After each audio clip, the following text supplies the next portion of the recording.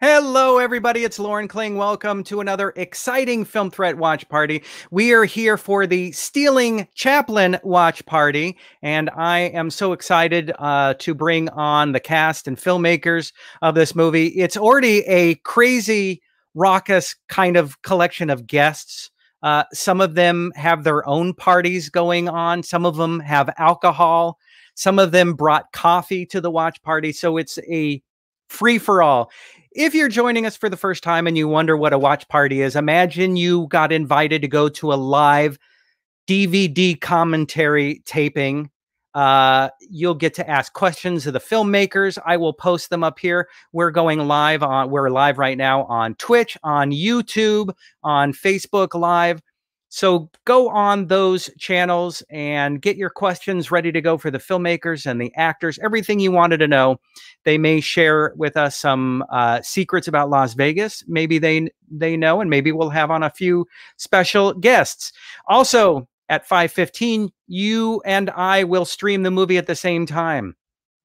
Just so you know, we are not streaming the movie for you. This is a special kind of watch party where you're going to stream the movie yourself on your own TV. So you're going to stream the movie at 5:15 on your TV or on another computer or phone while you watch the watch party. So much easier than trying to set the clock on an old VCR. Seriously, it's that easy. So we're going to start in a second, but let me bring on the director of the show, of the movie, Stealing Chaplin. Let's say hello to Paul Tanter. How are you, Paul? I'm good, thank you, Lord. How are you doing? Thank you very much, and welcome. I know you went to grab your coffee earlier, so I'm wondering where you're located. I'm in London, England, so it's either very late or very early, depending on which way you look at it. So I'm drinking a coffee just so I stay alert and on the ball. Wonderful. So if you fall asleep during the watch party, we'll find we'll find one of the other guests to tuck you in, give you your blankie, and you'll be good. Okay. If I fall asleep during my own movie, then it's a damning indictment of it, isn't it? So I'll do my best not for that to happen. Wonderful. And if any of the actors who are joining us tonight get out of line, you let me know and we'll put them in a timeout. So just so you know, you have co-control of the bus. Thank you very much. That's good because obviously, having directed them on a film set, I know for a fact they are the worst. They are the worst behaved bunch of reprobates going. So I don't envy you having to sort of corral them. So thank you. Hey, I'm just hosting my own watch party with other people. I don't have control over them. Actually, I do. Stealing Chaplin is an awesome idea because it's based on an actual thing that happened. Do you want to explain what the basis of the movie is? And for those people who don't know who Chaplin is, can you cover that? Oh, okay. All right. Well, if you don't know who Charlie Chaplin is, then you need to just read any book ever.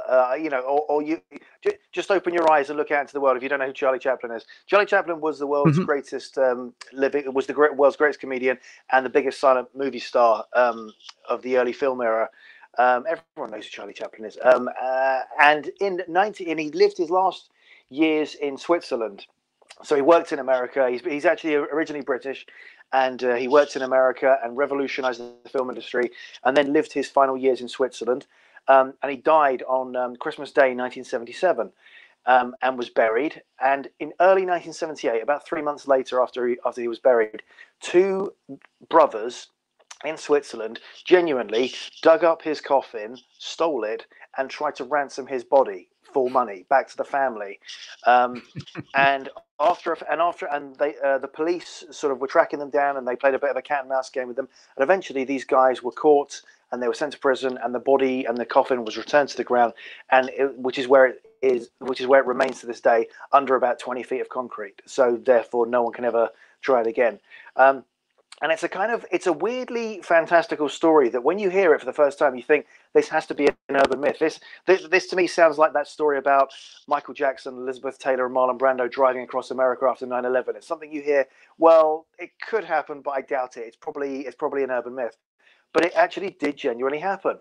And when we heard about it, we just thought this seems to be such an amazing story that it lends itself so well to both a dramatic telling, but it seemed to be something that would lend itself quite well to a sort of a dark comedy caper.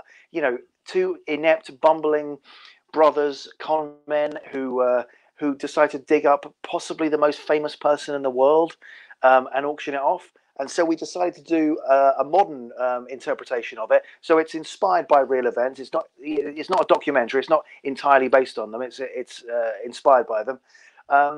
And so we've set it in the modern day to contemporize it, and we decided to set it in Las Vegas because for us, Las Vegas is sort of the epitome of the city of grifts and cons, and everyone wanted to get rich quick and that kind of thing. And so this is our interpretation of that story, and it's it's something we're very proud of. It's a great sort of dark comedy caper of these two idiots who manage somehow to triumph. Well, speaking of these two idiots, that was your line, right? Not mine. Let's bring on the writers and the actual real life brothers. And I think as a brother combo, one of my favorite brother combos, let's bring on Simon and Doug Phillips. Welcome. Good evening. Hi. It's I'm honored to have you both. Your brotherly love in this film really bled out onto the screen and to my ears. Who's your parents' favorite of you two? Him. Well, I'm my dad's favorite, which is Doug. In real life, I'm his father. In real life, oh wait, father? Yeah. Wait. So these are. Hold on. So the notes that I have. Doug, you motherfucker. So father and son play brother and brother. Where do you think he gets his ugly looks from? Well, that just shows that Doug, and I don't swear often, you look fucking fantastic to be Simon's brother. Simon looks not. Simon, let's not give Doug a compliment. Let's make it that I look terrible. Sorry.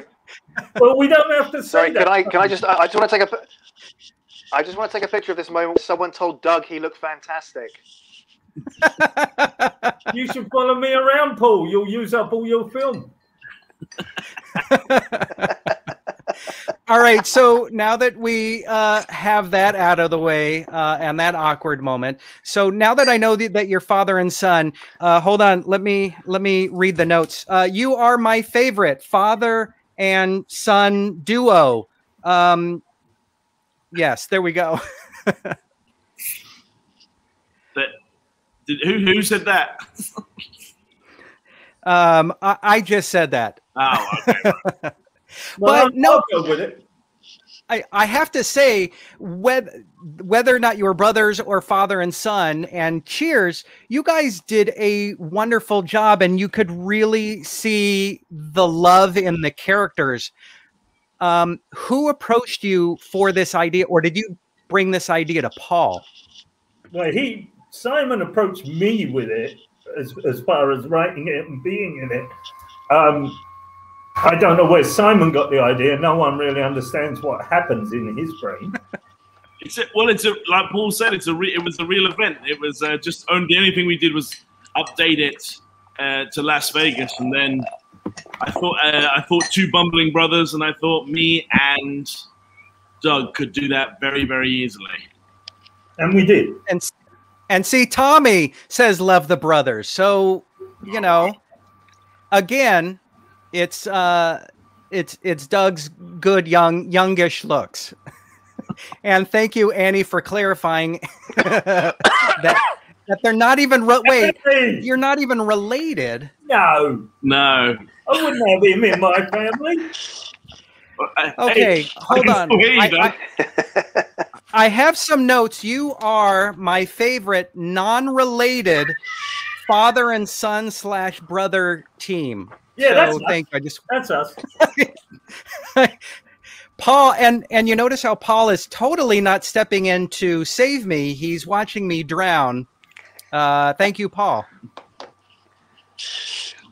Sorry, I just this is something that this is something we're a little bit cruel to people in this regard, in that it's a common assumption that people make that because these guys have the same surname and because they have the same, shall we say, unique looks, that they're actually related, but they're actually not. But obviously they do, as we all do, get on very well. There's a very good sort of familial relationship there, which is something that kind of does bleed over quite well into the film. So it's something that Doug harnessed in the script and took advantage of. There's a good chemistry between these guys already. They already have a kind of, it's that slight relationship of brothers where deep down you love each other, but actually you're going to express it through insults, which is quite a British thing as well. But we're also both from northwest London, and we're both originally Irish. So there's a lot more other things in common, and one of us is talented. Now, do you both share a same love for the same football team growing up in the same area? There is only one football team. I just have to ask. I've already been wrong with you two already 3 times, and I'm not going to go a 4th. Okay, Simon, both at once. It's Arsenal. All right, all right. I hate agreeing with Doug, but that is true. All right, good. I got something. All right, good. All right, so if you're just joining us on the Film Threat Watch Party, my name is Loren Kling. I am not related to Doug or Simon or share their surname, but I'm having fun already. We are going to start playing back the movie Stealing Chaplin in about 5 minutes, maybe closer to 5:20 Pacific time. You are going to stream it on your own TV or play it on a computer. We're not going to stream it. You're going to watch us on one device while you stream it on the other. I will do a countdown. So then basically it's like we're watching these guys talk about the film, talk about themselves. We have already got Haley right here is already screaming Chelsea. Haley can't spell. Yeah. I think Haley's having a stroke or something at the end of that. What's the matter with her? Somebody should send a paramedic to wherever Haley is. But thank you very much. Well, I always love when my mom publicly thank you, Barbara. Thank you. Yeah. Thank you, yes. Barbara. You meant me, right? Just to clarify, this is my mom, and she loves what I'm doing and loves to tell me publicly. So that wasn't directed towards you guys. That's very sweet. That's very sweet. It is very sweet. Stop blushing. Loren, stop blushing. You got my hopes up then. All right, enough about you three. Let's bring on the talent of the show. Let's bring on some of our cast. Let's bring on, and Paul, if you'd like to introduce them as they come into the room in no particular order. AC, put that glass of wine down. Sure. Okay, so joining us here is we have Ken Rezzers, who is Stealing Chaplin's producer and also plays the gangster Schultz. At the bottom there is Cheryl, who plays. Oh no, Cheryl's not there for the moment. She's off doing something. In the middle is who plays Helen. Over there next to her is AC and Carolyn, who plays Lakshmi. And they are any of our members of our talented cast of Stealing Chaplin. Wonderful, welcome. So for the three of you who she is, oh wait, she's kind of back. I'm waiting for her to get set up. So I have to welcome Bianca and Ken and Anne Caroline. Did you know that you were working with two fellows that were not related to each other?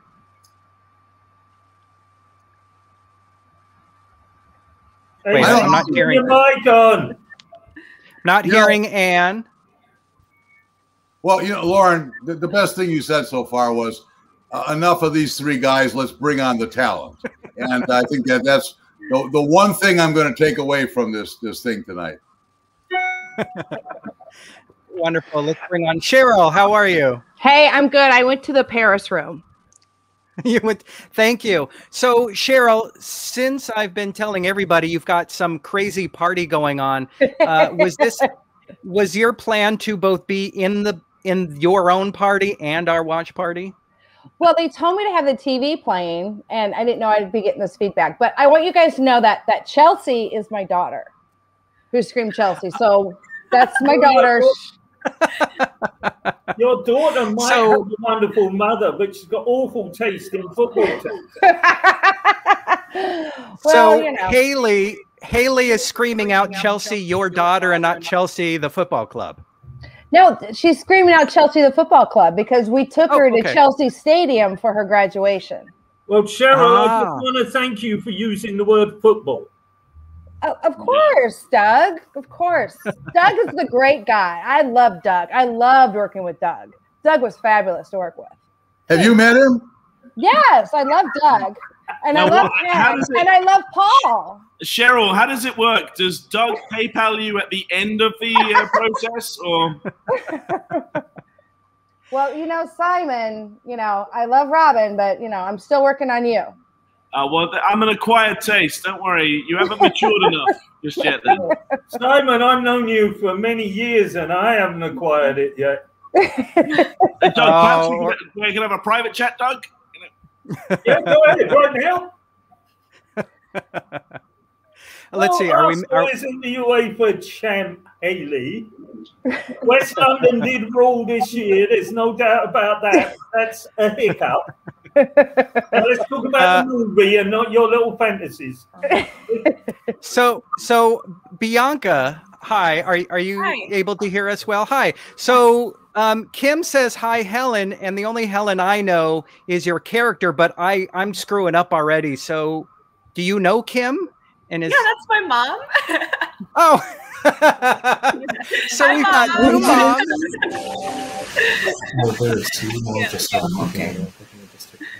Wonderful. So we've got moms on here. We've got Chelsea fans. We've got Arsenal crybabies and all kinds of people on here. I don't think we're ever going to get to watch. AC's got a boyfriend who knows how to use a mic. He was literally texting me. He was like, go on the settings. You can go into this thing. And I was like, I don't know what that means. Let's see. There we go. Do we have Paul back? We just have a still picture of Paul. Who's on in his still picture? It's a handsome picture of Paul. Well, he's calling from the International Space Station. Here, so it's good. All right. Well, with Paul out of the way, we'll just figure this out. So we're going to start the movie in just a couple minutes. Hopefully, all of you realize that you're going to stream the movie from Google or Amazon or Apple TV or your favorite streaming platform.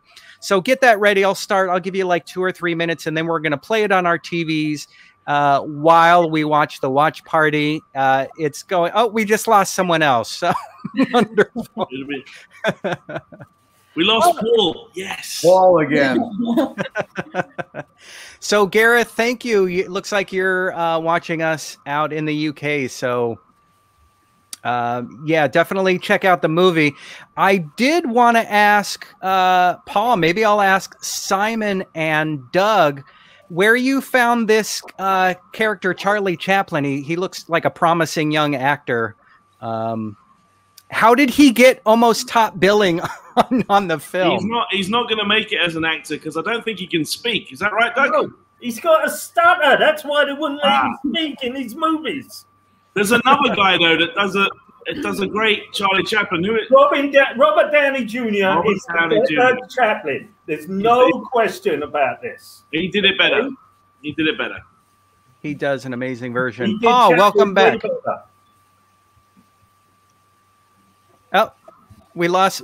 We kind of have a connection with Paul, so we'll keep him on. Sorry, I think my internet's playing up. Yes. Yes. Cheryl's disappeared. This is. Cheryl looks lovely tonight. Use the Skype Zoom. You can click the camera. There's a game, you'll find it, amusement parks called Whack-A-Mole, and the idea is to add and remove people. Have you noticed that Okay. That's the smartest thing I've heard Paul say in years. It is. Well, welcome to the Stealing Chaplin and watch party. I'm your host, Loren. If we can get more moms out there saying hi to their kids, either to me if my mom's watching, more affection from our moms and dads, that's wonderful. Should we start the movie or should we give Paul another couple minutes and see if he can come back in? Oh, all right. The show must go on. To hell with Paul. It should. That's Paul's problem. He can't see this, right? Right. No, he's too busy trying to spin the wheel to get his internet connection working. The little hamster going. Yeah. So I have a question for Anne. Is it Anne, Carolyn, Ace? What's any? Yeah. So in English, I've just started going by Ace for two reasons. And a lot of these guys knew me before I even switched to Ace. So that's why you'll often hear them say AC, because those just stand for my initials. And Carolyn, very French name. So yeah, but then AC gets very confusing on set because it's assistant camera, it's extension cord. So I was always popping in like, can we get some AC? And Karen would be like, yeah, and then it just ended up being Ace. And I was like, yeah, that makes me sound cool. So sure. All right, perfect. Well, welcome. We have Shelly Cordes. Is this another guest? Thank you for watching and giving a shout out to Ken. So, why don't let me try bringing on Paul. Let me try bringing on Cheryl. So close. Wow, we're all getting there. Cheryl's been moving amongst about 10 or 15 different rooms.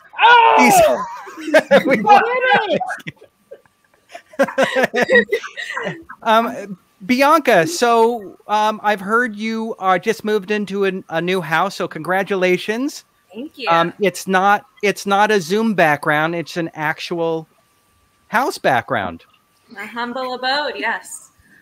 Welcome. So which came first, looking for a house or shooting this film? Shooting this film, actually. Really? Mm-hmm. Nice. And so is anyone actually live in Vegas? That'd be me. You do. Yeah. You do. So how did they find you? Did they do a local talent search, Bianca? Yeah, they did local auditions, and I happened to walk in. Did you come to the audition? We just thought you were hanging out in that bar. I got so lucky, man. You were like, "Hey, we're doing this thing. You want to come read some lines real quick?" Wow, that was great. I know. I got so lucky that day. So we don't have the pleasure of Paul's charm. Should be, yeah. Yeah. Oh, you're on, Cheryl. So Bianca, when how did you get the script? Was it through an agent or manager? Did you find it in backstage? We want to know all those details. I got the audition notice through the school I was studying at, and that's how I know sent it Cheryl to too. You sent it to them, who sent it to me. Then you called me. Yes. Bianca forgot where she was from there.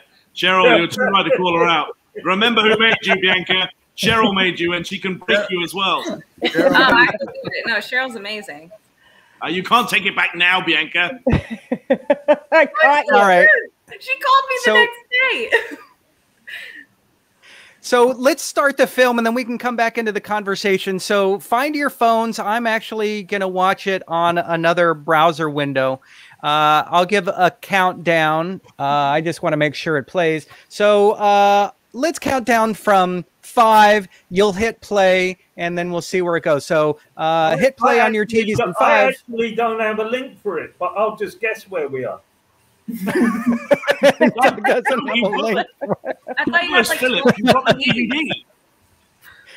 Yes, but the DVD doesn't play on my computer. Granddad, listen. Okay. This is what I'm dealing with the whole time. The whole goddamn time. I have this, Right. and I All right, have well, this look at it and imagine the story. but they're not compatible. He'll know Just where Doug- we're at. He wrote it. Doug, just hold the DVD up to a light reflection, and that's fine. All right, so now I got to start that 5-second countdown over again. We're going to go until at least 10 o'clock. All right, so let's count down. We're going to start it on our second screens in 5, 4, 3, 2, 1, and there we go. That wasn't so hard, was it? So, Doug, we're just looking at the opening High Octane Pictures. Tell me, what were you thinking in this part of the film as we're watching just the different production company credits roll by? Don't answer that, Doug. What's that, Simon? Don't answer that. It's a trick question. He loves all of the production companies and producers involved. I was deeply grateful for this chance to further my career in movies about Charlie Chaplin. Thank you, High Octane Pictures, for helping to produce this film. I'd be curious to know how quickly you were second guessing yourself on the choice of the two main brother roles. But hey, you know what? It's kind of too late. Well, only one of them. Simon and Doug, have you two worked together, or did one of you recommend the other one to join you on this film? Oh, no, I worked as a production designer on 2 of Simon's previous projects and produced a movie that he was in separately before this one. Oh, wow. And then we did this, and we haven't spoken since. Well, no, we speak. It's just not pleasant. Right. Doug's leaving out some key information there. Hi, Jordan. We used to date, but we don't date anymore. No, it was the incest rules. All right, let me see. I know we lost people. We have Cheryl here. Let's try to bring Paul back. Let's see if he's back, but that's fine. Simon and Doug, how long were you working on this script? Sometimes independent pictures, you're working a long time to try to get the financing going. So was this a long process for you guys? A month. Yeah, not really. It took me a month to write it, and he already had the production end sorted out. Wow, that is not a long time. No. Well, when some people will say that when they see the movie, it's like, yeah, you did do it too quickly, yeah. Doug wrote the movie in 15 minutes, and they're like, yeah, you did. All right. So Cheryl, is it true that not only you're an actress, but you're a wardrobe stylist? I am 99% an actress and 1% wardrobe stylist. I'm trying to get out of wardrobe and do mainly acting. And I tried to style these guys, but there was no hope.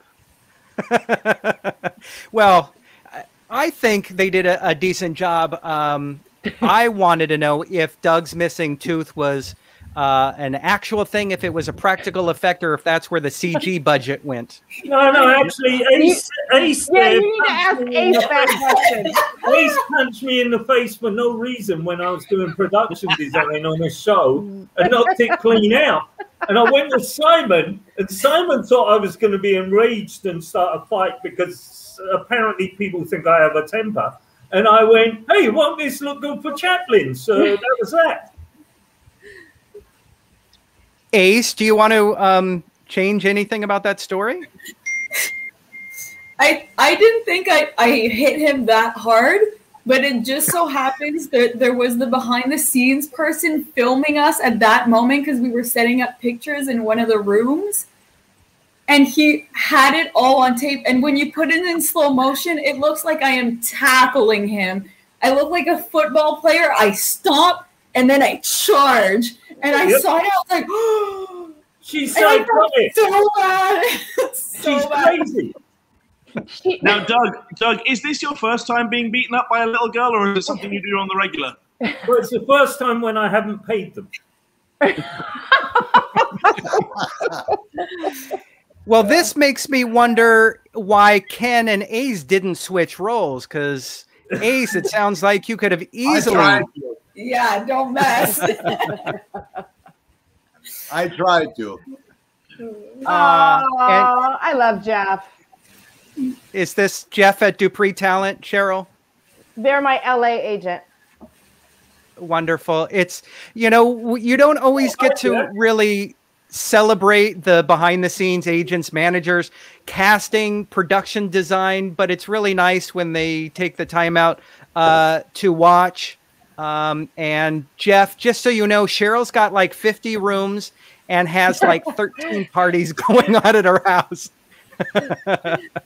So you need to up your take from 10% to at least 12 or 13.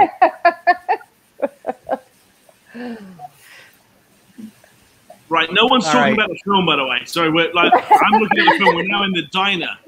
What if because no one's interested in you, Simon? That can't be true. I don't expect this information. Yeah. All right. So Simon and Doug, we're in the diner, and you two have written yourselves and acted yourselves some of the best kind of repartee I've seen in a movie in a long time. I want to know who wrote this, and why did you write this? Well, I wrote it, and bizarrely, the beans conversation we actually had in a diner in Ottawa one day. He got hot beans, I got cold beans, and the waitress told me I wasn't making sense. But I actually had cold beans, and Simon was like, "No, you don't." I mean, so I just put it straight in the movie. And then right after I'd written that scene, I sat down and watched Jeopardy, which is one of my favorite shows. God bless Alex Trebek. And they had a clue about ketchup being made from mushrooms. And I thought, that can't be true. So I looked it up and I did the ketchup and mushrooms add-on. So thank you, Alex. That's amazing. That's wonderful. Simon and Doug, for you two living overseas, what did you grow up loving? Who were the comic geniuses you grew up watching on TV and in film? Monty Python, the young ones. Kevin Kline in A Fish Called Wanda. I mean, come on. Yeah, Richard E. Grant, Rick Mail. There's just comedy giants over there. Like sort of. Yeah, and they're a lot more subtle and slower in general than American comedy, which is what we tried to bring to this. And it's a very American film. It's set in Vegas. It's about stealing an American icon's body, but I tried to infuse it and inject it with an English tone. It's funny. A lot of people say to me it's a very British film, which is funny because I see it like. Oh my God. Oh my God! Is that Al Sapienza? God. It's Al Sapienza. Where? Oh, Al. Welcome, Al. How you doing? I'm in LA. I don't know how I wound up out here. Thank you for joining us, Al. My pleasure. You've enticed Doug to leave the set. I have that effect on most people, especially that I've acted with in the past. Well, welcome. Before you joined us, Simon and Doug were sharing their love of British comedy, and I wanted to ask, for the non-British actors, did it feel different working off of a British written script, or is it just another kind of role for you? You know what? It actually did a little, only when I was working with them. Like they have a definite style to their sense of humor, a definite rhythm, a definite cadence, you know, and it's great. I thought they were super, super funny. I thought the two of them made this film, and I think their characters were incredible. So yes, it is a little bit of a different style. My favorite British comedy is Blazing Saddles. That's my dad's favorite movie. You know, Bianca, what was it like for you to work on this film? I'm wondering if it was one of your first feature film projects. It is. It was my first big role. So for the first 3 days, I had no idea that Paul was joking. I thought he like hated my guts. Like I thought he was being so mean to me. And then on day 3, he's like, "You do know I'm joking, right?" And I'm like, "No, he wasn't joking, Bianca." Well, he was. So I'm gonna run with it. Paul's a mean guy. I'm gonna pretend that he's joking still. But you know what? The British, by the way, the British style of humor is really different. So Bianca, I could totally understand if you're like, "What the blank is going on here?" Yeah, it was interesting. It was definitely interesting because you know it's kind of dry, so I wasn't sure like when someone was telling a joke or when they were being serious. I'd just like to say it's not British.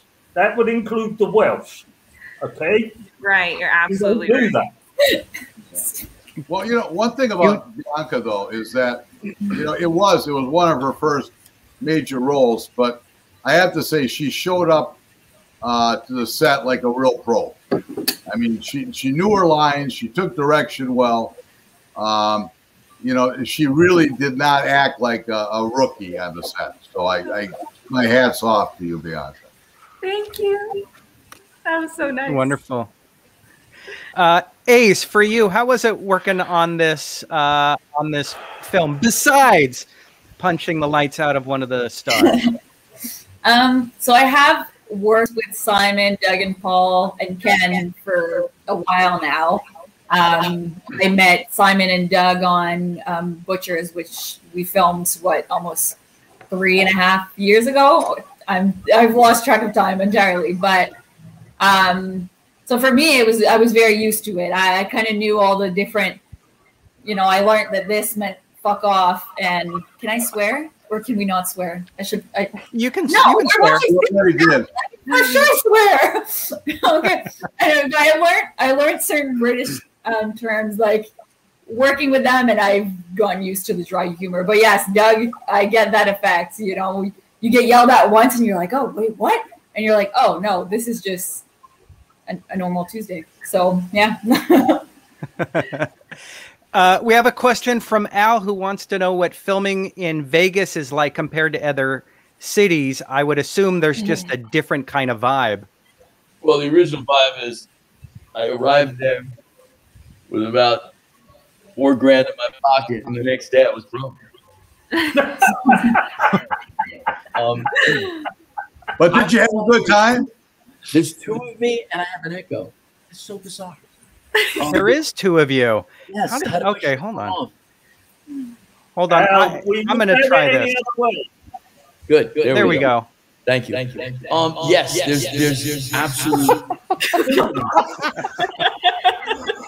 Why does Al sound like he's gone?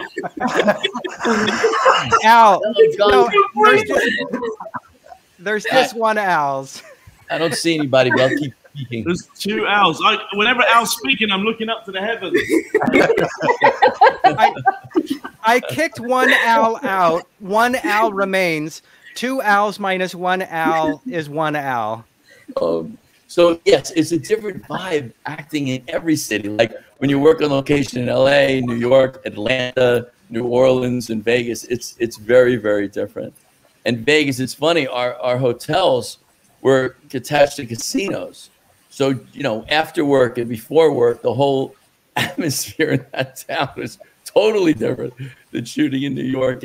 But actually on the set, other than the fact that it was totally dry and we're in the middle of a desert and our locations are all basically dry and hot and, we're in an arid climate, on the set, it's the same, except for their English humor and their English style. But yes, the feel of the city is completely different than shooting in the streets of New York City or in New Jersey. Completely.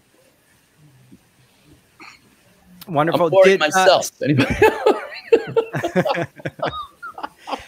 Listen, Paul, are you shooting back? in Vegas is a nightmare because there's 24-hour drinking, nothing closes, and we're British. We need to be told to go home. If the bartender needs to tell you, you've had enough, go home. There's closed. The pub's closed. You have to go anyway. And I didn't know there was drinking. You know? No, of course not. When you shoot in Vegas, like Tony Orlando's like an extra. Right. You know, Loren. Yeah. Doug and Paul would get home some mornings at 4:30 in the morning, and of course I was up at 5:30. So you know, dystopian films almost had the total shoot covered 24 hours a day. Wow. I woke up one morning. I think I had a text from Simon about 3:30 or 4, and I'm like, Simon, some of us people sleep. Yeah. You know what's worse about this, right? We were staying in a place where Ken would get a text message to tell us what time we'd come home. You know, so like, how was last night? And you're like, yeah, quiet, really. And he goes, really? Because I got a text message at 4:15 a.m., just an hour and a half before we were due to be up again. But we didn't know we got the text message saying when we got back. That's because we were out looking for props, Simon. Right. Yes. Yeah. Yes. Right. The props. The props. Yeah. Is that a slang word for what you were looking for? Or?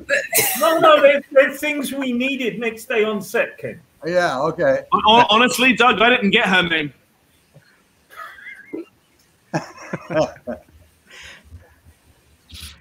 So yeah, it was, you know, that's the one thing. It was a lot of fun. Vegas is a fun city, and so we had a lot of fun in between the shoots. I learned the secret to winning money in Las Vegas while I was there. Which is what, Doug? Robbing people. You take Ace to the casino. We went in. I had $300. I said, here's 100 to gamble with. I blew my 200 in 15 minutes, and 20 minutes later, she gave me my 300 back, and I walked out the casino. AC, why the hell haven't you done that for anybody else? Yeah, I know.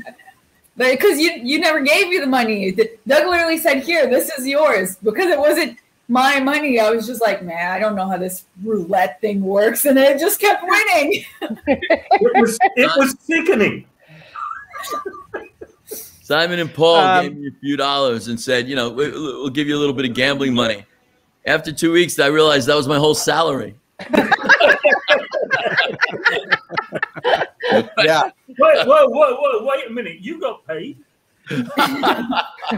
Doug, we told you that we were going to give you Lunchables. It was good. The Lunchables were good. Yeah. I shared them with the crew. That's right.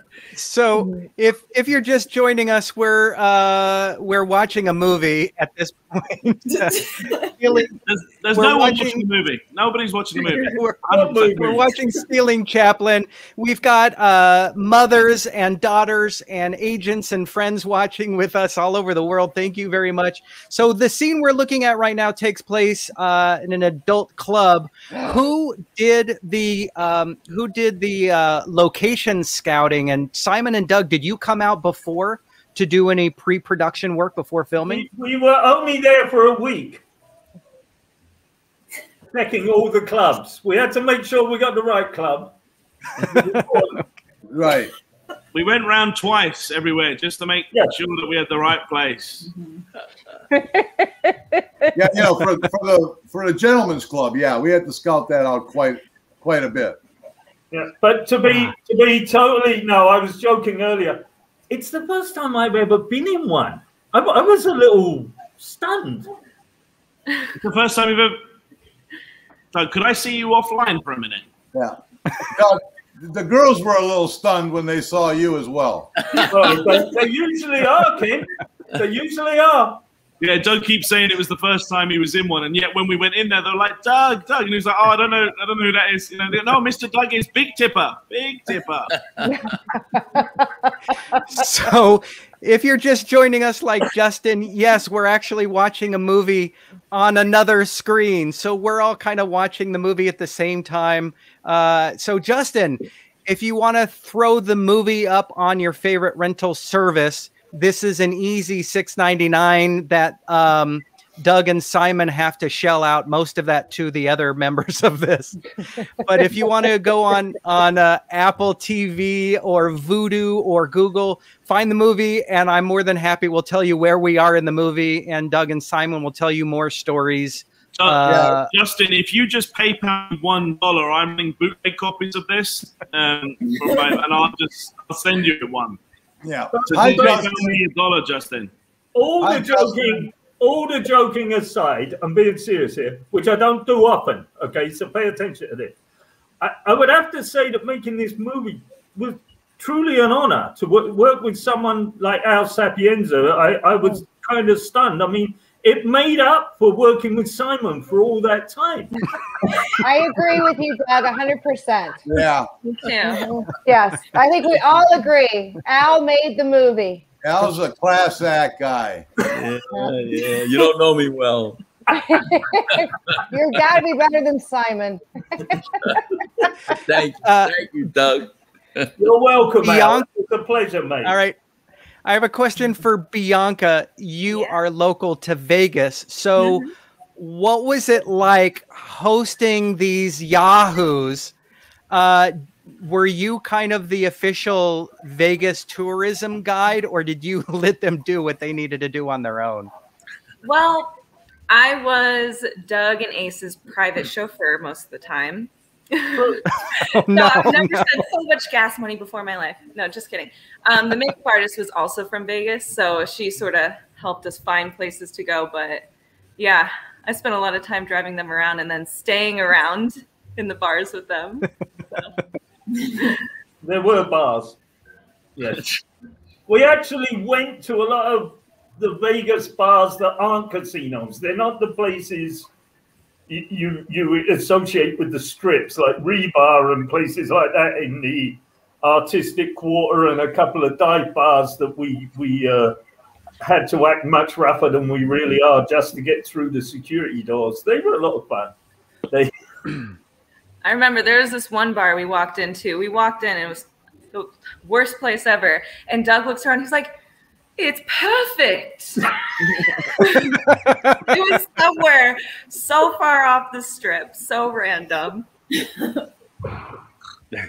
it was nice. But Loren, believe it or not, we were able to get most of these most of the locations that we filmed at. We got like within a few weeks before we started shooting. A couple of them we picked up late, yeah, and it just kind of fell together pretty good. I think how many shooting days did we have, Simon? 12. Yeah. 12? We shot the movie in 12 days. So.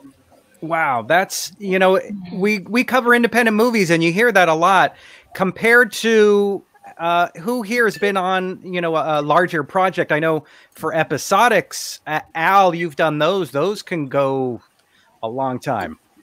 The longest I've done one was Person of Interest for, I think it was 5 years. I did Brotherhood for 4. And, yeah, I mean, I have friends that have gone 9, 11 years, Kaylee Kuko. And it's funny, like you make, after 5 years when they're guaranteed syndication, you make a fortune. And it's almost like a normal job. I mean, it's still creative, especially if it's a sitcom. You have a live audience on Friday. But when you're doing like a procedural, like Law and Order, I mean, it's beautiful to be creative. It's beautiful. It's much better than selling insurance on a telephone. But they become like jobs. Like you go to work, it's the same people. You become family after like 6, 7 years. But movies are so much fun because you meet all these people. You lie to them all. You ruin a couple of their lives. And then you're off to the next thing 30 days later. It's freaking great.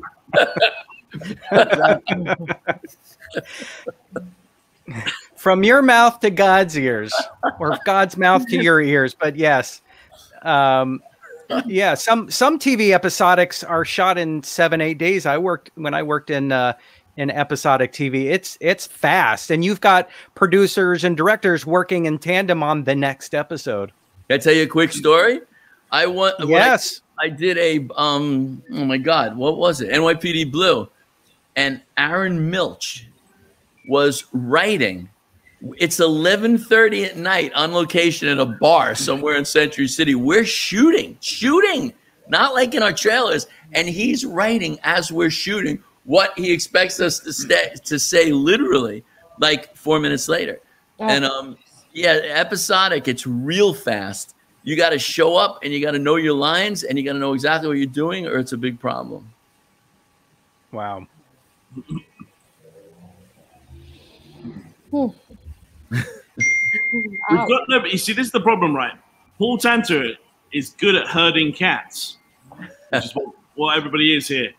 And nobody, I'm for the sake of it, I'm going to tell you what I'm watching in the movie. I'm watching Ken in a limo right now, driving down the strip. That's where the movie is. Remember the movie, guys? The things we're going to promote. Oh. Is that when he shows you the bowling ball? That's when he shows me the bowling ball bag. There's no bowling ball. I watched it. I'm not giving it away, Doug, for somebody who hasn't watched it. But they're watching it right now. Somebody may have not watched it, Doug. Don't forget, you're watching Stealing Elton. That's the next one. We're going to steal Elton John while he's still alive. Lisa's jumping in right in the middle of just everyone yelling at each other. So hey, yes, Lisa. Lisa's my you're agent. looking. Your agent. So Lisa, did you know that Doug and Simon are not actual brothers? I think she knows that, doesn't she? Someone should tell now her. I can't wait. She didn't. Now I can't wait. What if I cover, Lauren? Well, thank you, Lisa, for joining us. We still don't have Paul on the line, which is fine. So does anybody want to talk about the cinematographer? It shot really well. The lighting's great. I'd love to give a shout out to whoever. I feel like he got paid. He did his job. Just move on. You know? Barely. What was his name? I'm only kidding. The guy was great. Corey Warner is the DOB and the cinematographer. He was fantastic at putting up with a lot of stuff. To be honest, he just looked at what we were doing and then just lit around it, which is your best kind of cinematographer. Who looked at the scenes and he was good at just staying out of the way and making it look pretty in the background. So, in fairness to him, he didn't ever interfere with the process. So that, to be honest, that made him a great cinematographer. He just worked with it. Well, he kind of did, because me, him, and Ace were all staying in the same house, and it was his fault I showed up hungover that day. Apart from that.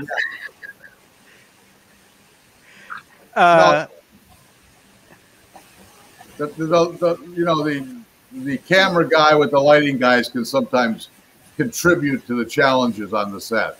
Corey did a great job. Plus, he worked really well with Paul. And I think that really shows because it does look good. It's a good picture.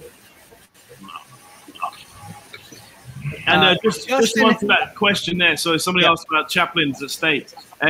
Yes. We did. We talked. We made the movie because we're those people, and then we went and showed it to them afterwards. When it was a thing and it was already done. And basically, they wrote back saying they didn't have a. They wrote back and said, "We're not going to sue you," which in Hollywood means they like you. That's good luck. Yeah. That was literally the conversation. We're not going to take any legal action against you. And I was like, "Do you hear that, Ken? They like us." That's right. Worked out great. They were a little concerned. One of their concerns, the estate concerns, is that when Doug wrote the script, he very adroitly put in a whole bunch of Charlie Chaplin character names. Every character in our movie is a character of a Chaplin movie or another silent star. And they were a little looking at what were they looking at? Schultz and somebody else, because they were both Heinkel. Exactly, Heinkel. And so they wanted to see if we were actually using some of his material. Got it. I have a feeling that Paul is now just chatting via YouTube, so welcome. So he's going to make snipey comments. Thank you very much. Paul's going to make snipey comments? Once it's showed into first the camera and lights. Okay, Paul. So who's this nice couple that Simon and Doug you're talking to? Oh, that's our actual mum and dad. No, her name is Robin, and the guy's name is James. No, not his name's Rosemary. Right? Rosemary, and James. Cheryl, you can't speak on behalf of any of these people if you don't know their name. We should know they are our parents. Yeah. Well, that's right. Sorry. That's true. I'm trying to protect their parents. They asked me not to say anything. But Rosemary is a Brit, is she not? Yeah. Our parent. She just didn't want to be admitted to you, Doug. Or not really you, Doug. Right, fine. Simon, she doesn't want to claim you. No, Cheryl, you fucked it up. Listen, on a live thing, you only get one shot at that punchline. She doesn't want to claim you, Simon. Sorry, no, you only get one shot at the punchline. No take twos.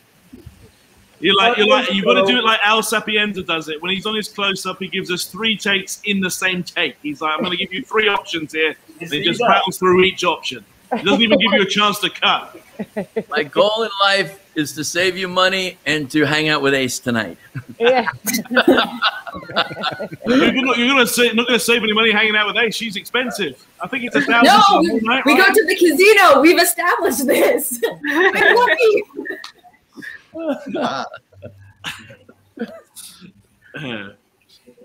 So we're if you're joining us, we're at the scene in the Las Vegas Police Department. Was this actually filmed at the Las Vegas Police Department, or was this set decoration mastery? This was a set that we made because it was easier to do that than deal with anybody in any official capacity in Las Vegas because they're all useless. Yeah, we couldn't even get permission to dig up a body in a cemetery, even though we bought the plot. Bought it. Wait, you really bought a plot in order to dig up a cemetery, and then we couldn't get. So we bought the plots, we owned the plot, and then they wouldn't give us permission to because they were like, it's illegal to dig up a body, like exhume a body without a court order. But like, we're not obviously we're trying to film Nevada. I was like, we're not actually digging up a body. It's a movie, and we're just pretending, there's no body in it, So they go, well, if you're passing by on the street, you won't know that it's pretend, except with the presence of all the fucking cameras and lights, which might give it away. But anyway. Right. Can I use that plot? You still own it? No, I think we got our money back, right, Simon? We got our money back. We had to get it refunded. Yeah.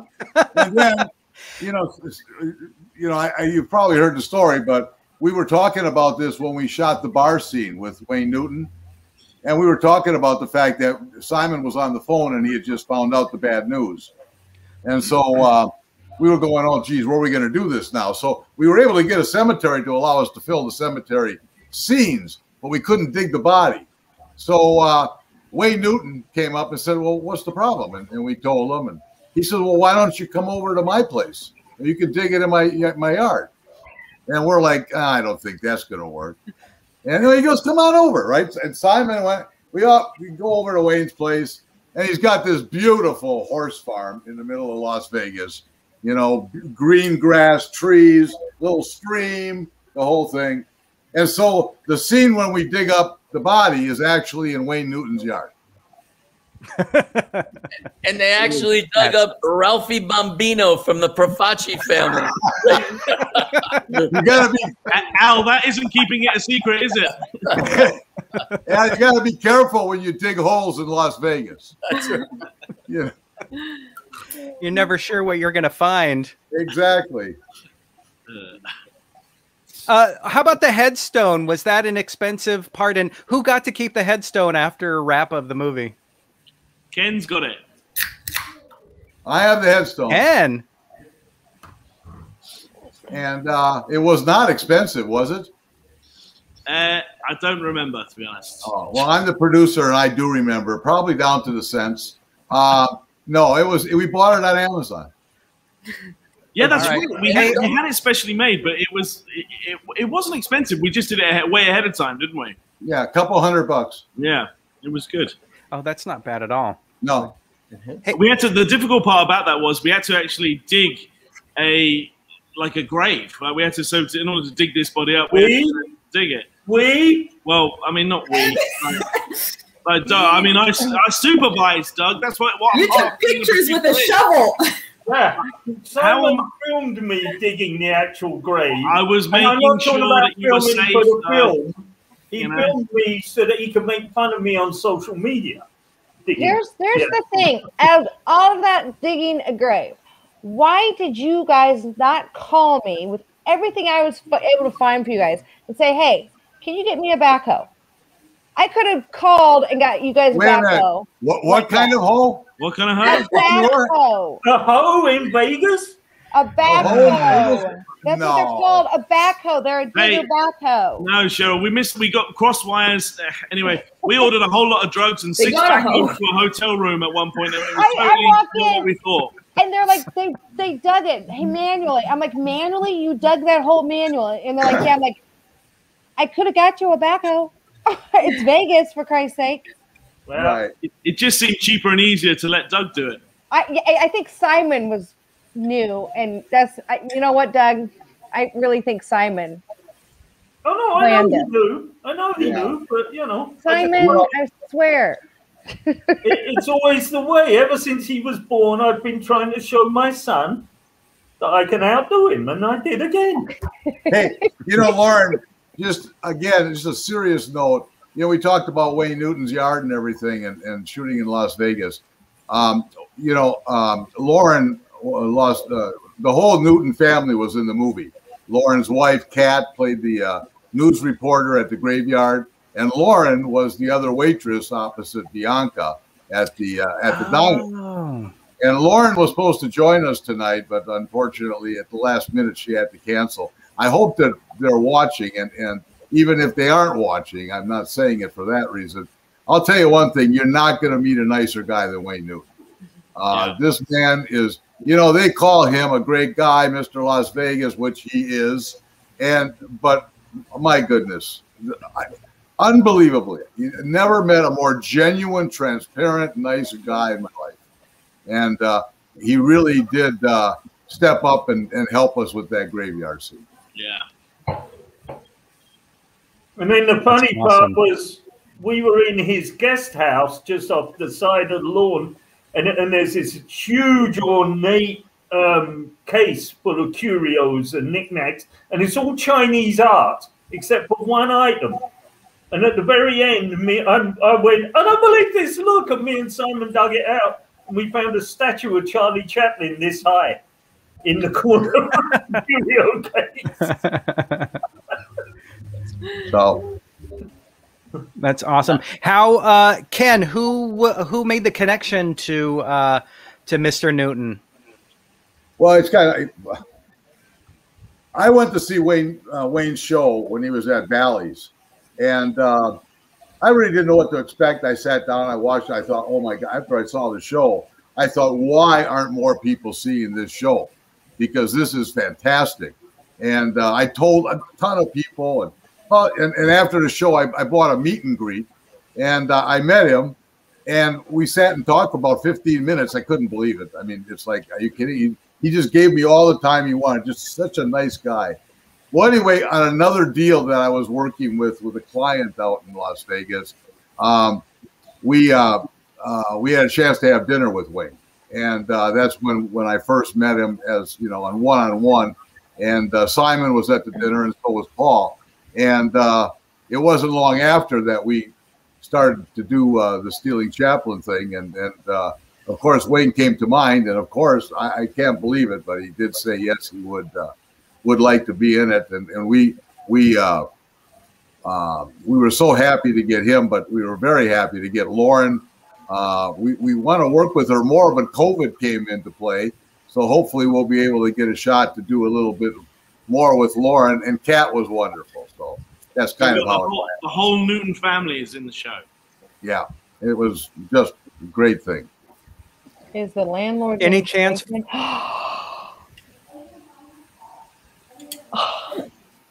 What happened? Why can't? What happened? What did I miss? Yeah. Is someone not wearing any pants? Why? What's going on? Who wrote that? Mom, get back in your cell. Mom, I'm working. Mom, get in your cell. Close the cell door. I'm working. Get in there. I don't see anything. Questions? Hey, Loren. Hey, Cheryl, click on private chat and just leave it there. Okay, now I get it. So people are posting comments, and then all of us here on the panel get the opportunity to see them and decide if we make them public or not. So some Yahoo posted something that you don't know. If you don't know who that is, I don't. Who's Mimi? All right. Who's that? I put him in timeout, Cheryl. I put him in timeout. But nobody wants to see a 53-year-old set of tatas. Sorry, not going to happen. Plus, they don't pay that much. Wait. Well, I thought we had a connection. Let's jump to conclusions. Oh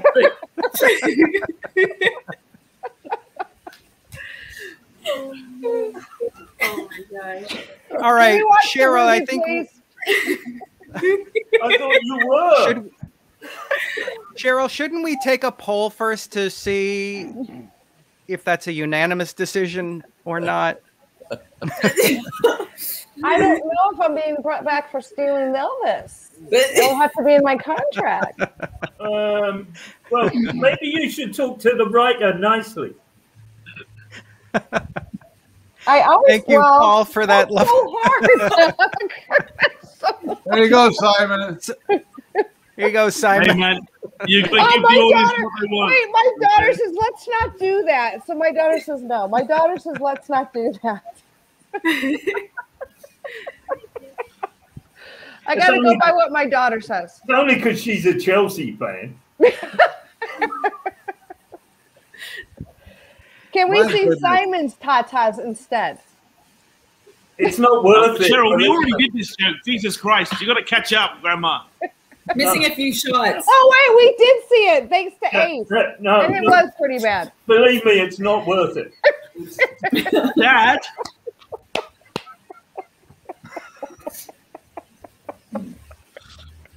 So we're looking at Wayne Newton's backyard right there, right? The scene with him digging the grave. That was Wayne Newton's backyard. Now we're looking at Al with all of his friends.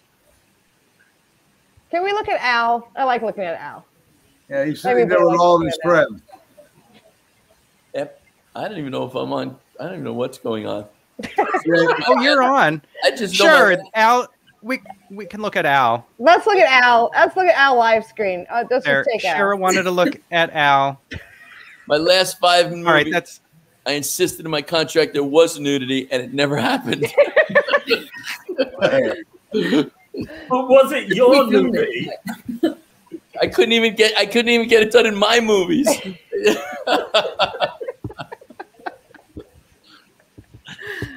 Oh man. This is Wayne's yard right here. Yes. For those that are watching the movie as they're supposed to. There's a movie? Yeah, and remember that? How heavy was the coffin, Simon and Doug? Oh, Jesus, that thing weighed a ton. Especially since he did not put any effort into it. He really didn't. So, Doug, some of us are born in a more supervisory capacity. No, seriously, Lon, that thing weighed a ton. It was like the straining and grunting is not like a huge amount of acting involved. Unlike when I had to pretend I cared about Simon, you know. Wow. You know, we didn't put a lot of money into Simon and Doug's wardrobe in this movie. I think that they not only wore it for every day, but they also slept in it. So it was. It gave a sensible authenticity. I I went out at night in it trying to impress the locals. Yeah. Al and I were changing shirts and ties and jackets for every scene. These guys showed up in the same clothes now. What the hell? Then what they flew in from England to wear. I'm only kidding. No, it's true. Yeah, very true. I was going to wear the shirt tonight just as like a gag, but I haven't washed it yet. So Doug, have you still got your underwear? We know. So we know Ken got the gravestone. Bianca, Ace, did you do you still have anything from the set? Any memorabilia? So I have all of Lakshmi's costume except for her fur coats because I had to borrow them from a friend. But I do have all her dresses, her heels, her jewelry, and yeah. I just have. Carol, how about you? I have a pair of Ace's shoes, but she doesn't know that I took them. We heard rumors. That's funny. Ace, I think I didn't I give you my heart on that one scene? You did. I have it in a jar. I change the fluids every month. Good. Let me know if it stops, okay? No, yeah, I'll shock it back to life. Doug, Tommy wants to know what projects you've worked on before this. Assuming you've worked on projects and this wasn't your first. no, I did another film which didn't actually get released. I'm still planning on releasing it because I was the producer and lead actor, called The Righteous Tide. I did a little bit of extra work, but I spent 12 years on stage as a professional stage actor in New York City and Canada, and so I did my work on stage before I came to this, but I decided I didn't really want to be an actor, just a writer. And I wrote 8 stage plays that were professionally produced, one that became the film that I was saying hasn't been released yet. And Simon came to me as the writer for this. And that's how he said to me, I want you to write this because I know you can write. People tell me you can write. You've done a lot of stuff. So why don't you write something for me and you to do, and we'll have some fun with it, and let's go. And so I did. So yeah, my on-screen resume is fairly small, but my stage resume is rather large. Yeah. Got it. Bianca, Ace, have you done TV work, stage work? Go ahead, Bianca. Go ahead. I mean, I did really small projects, really, really small. And I was also a professional dancer here in Vegas. Well, still am, so not was. Yeah. But not much. This was my first big one. Very cool. I did quite a few features with Simon, Doug, Ken in the past. I also worked with them on, which I think hasn't been released yet, is season 2 of Age of the Living Dead. I don't know if I can say that. It's coming. I should have maybe. Okay, it's coming. It's on its way. So that's where like I got to spend a lot of time with these guys because we filmed that over a full summer. So definitely some really fun. Oh yeah, and I book a lot of French stuff though. I'm bilingual, so I do a lot of French stuff. Wow. Al? TV work, stage work. Most of my career, I've done mediocre work. Actually, all of it. Things really picked up from Al once he stopped doing that gay porn, and ever since then, it's just been, Right. downhill. Absolutely. But they're bringing it back. We're doing a couple of sequels. I wouldn't even go there. I'm kidding. I was going to go on, but I forgot we're on a public thing. I would get never work again. This is a very sensitive society right now. I was going to tell you what the sequel names are, but it's not good. No. Don't. Well, one of them apparently is called Ace Doing French Stuff.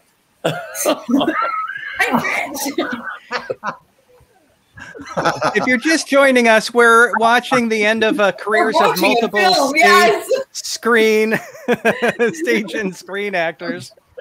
I did want to ask Simon, who jumped off. So I'll ask Bianca, the story that he tells you, his character talks about Wayne Newton and the drink. Is the drink part true, or was that all scripted? You mean like the Hawaiian martini? That's true. The Hawaiian martini. Oh, it is. Wayne told me how to make one, and I still have not made one because apparently it takes 3 days to make a Hawaiian martini. And I was like, I'm not making that. Call me when you have one ready. I'm coming over. I'm not doing that.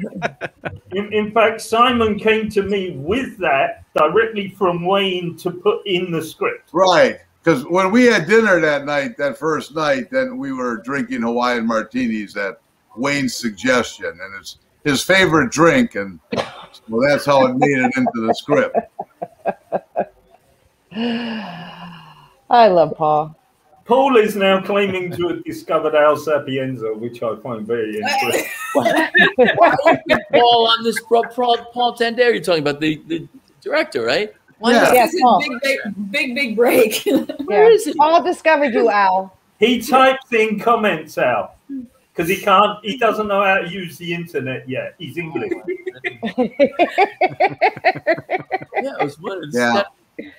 Now, Paul just had a baby girl about a week ago. Oh, that's true. Oh, congratulations. Oh, wonderful. Congrats.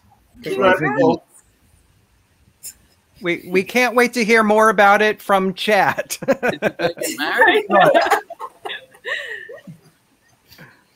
I'm not seeing, I did a show with Paul and Simon about an invasion at the White House. And it was a limited series. It was called No Easy Days. It was pretty good. And Simon stuck a gun down my throat and almost chipped one of my teeth. But it was a lot of fun. I've worked with those guys a lot. I think like 4 or 5 projects we did together. Oh, wow. Is that Project Al available online somewhere? Yeah, it's on whatever, Amazon. It's on Amazon Prime, yeah. No Easy Days. Okay. No Easy Days. And we shot in a replica of the White House in Ottawa, Canada. It was really fun. Peter Outerbridge is a very good actor. He played the president. Very good actor. It was fun. But anyway, they're great. I can't wait to see what they do next. Yeah, we're waiting for that for ourselves, to figure out what we're going to do next.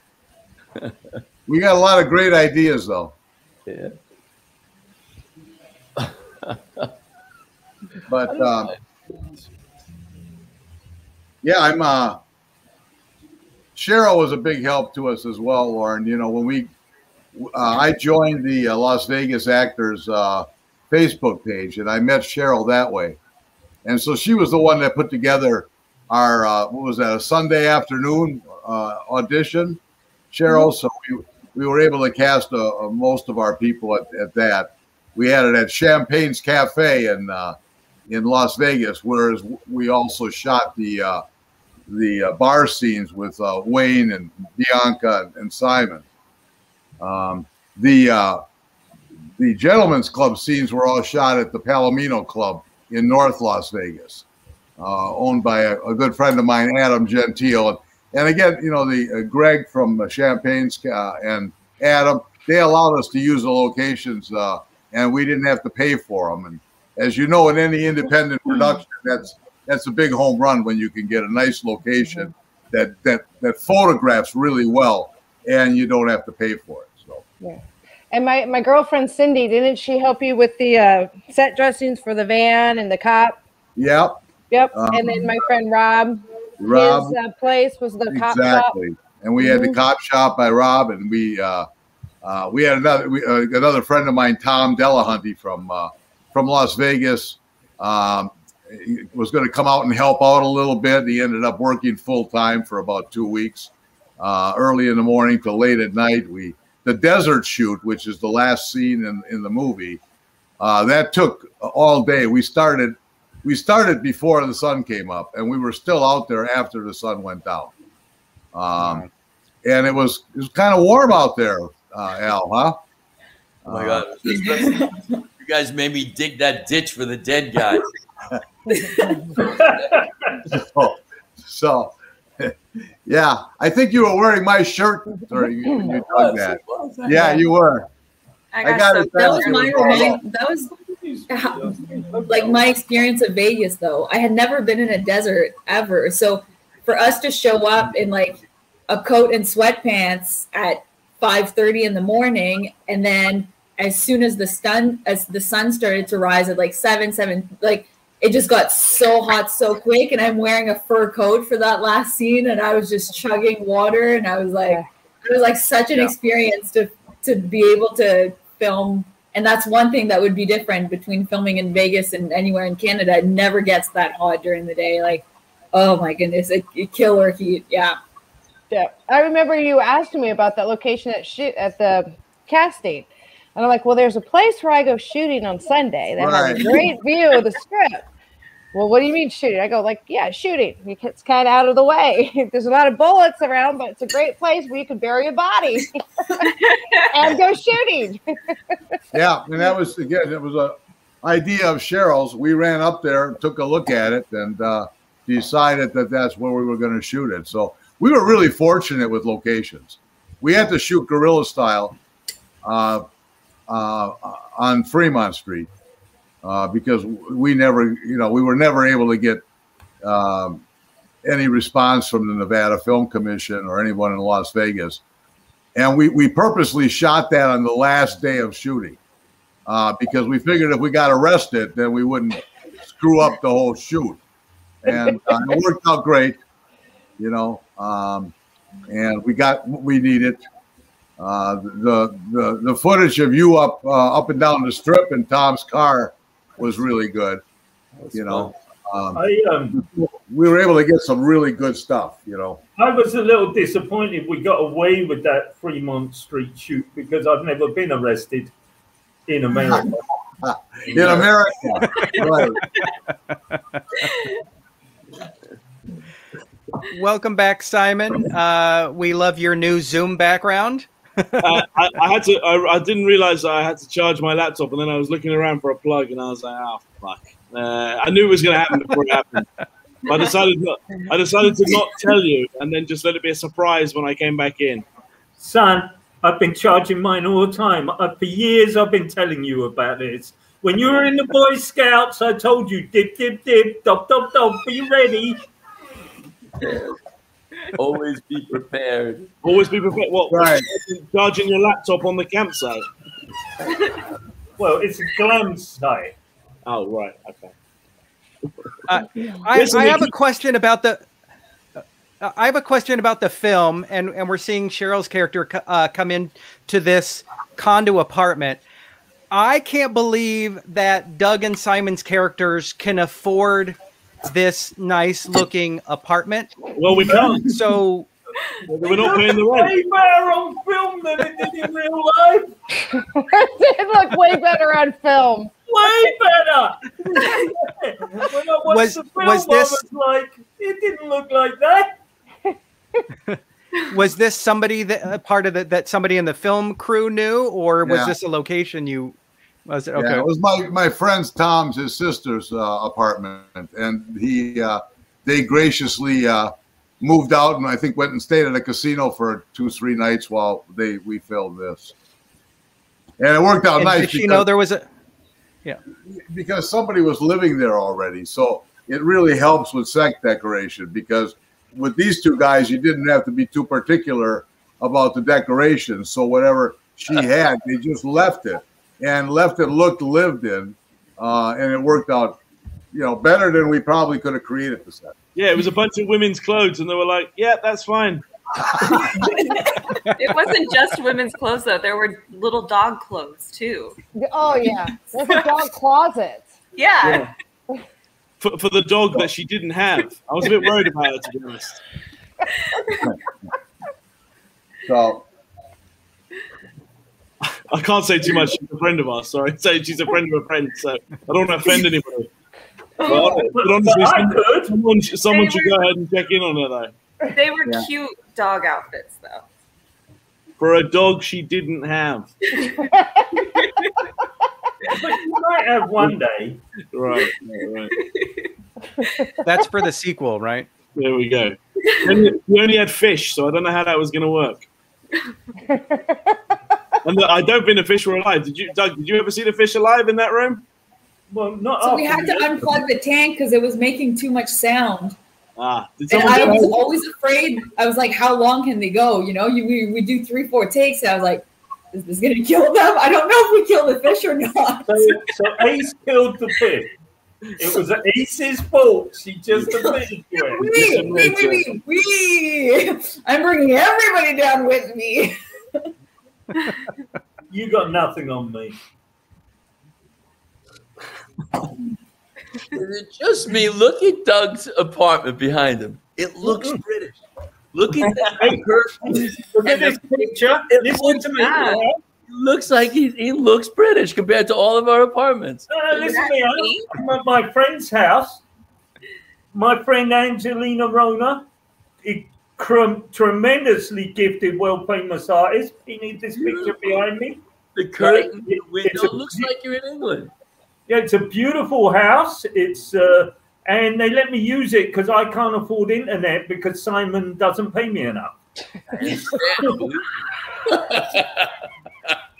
Doug, do they even have internet where you live? Yeah, I was about to say, Doug. No, they don't. That's why I come into the village, Ken.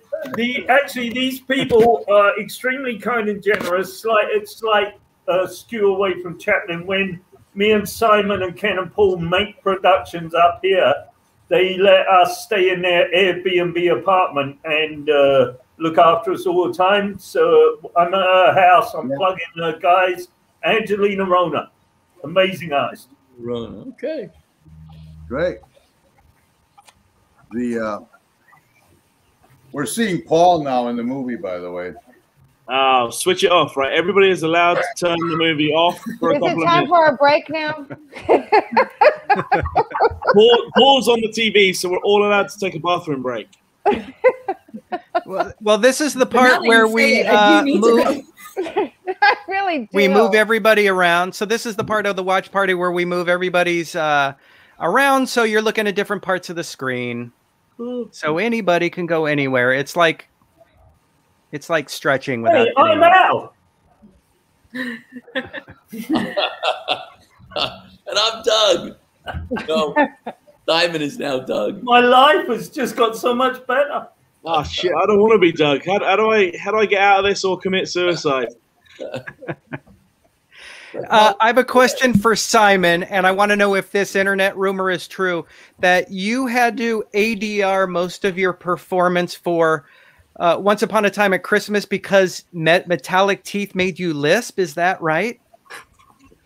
Paul Tanter needs to stop telling people shit. Yeah.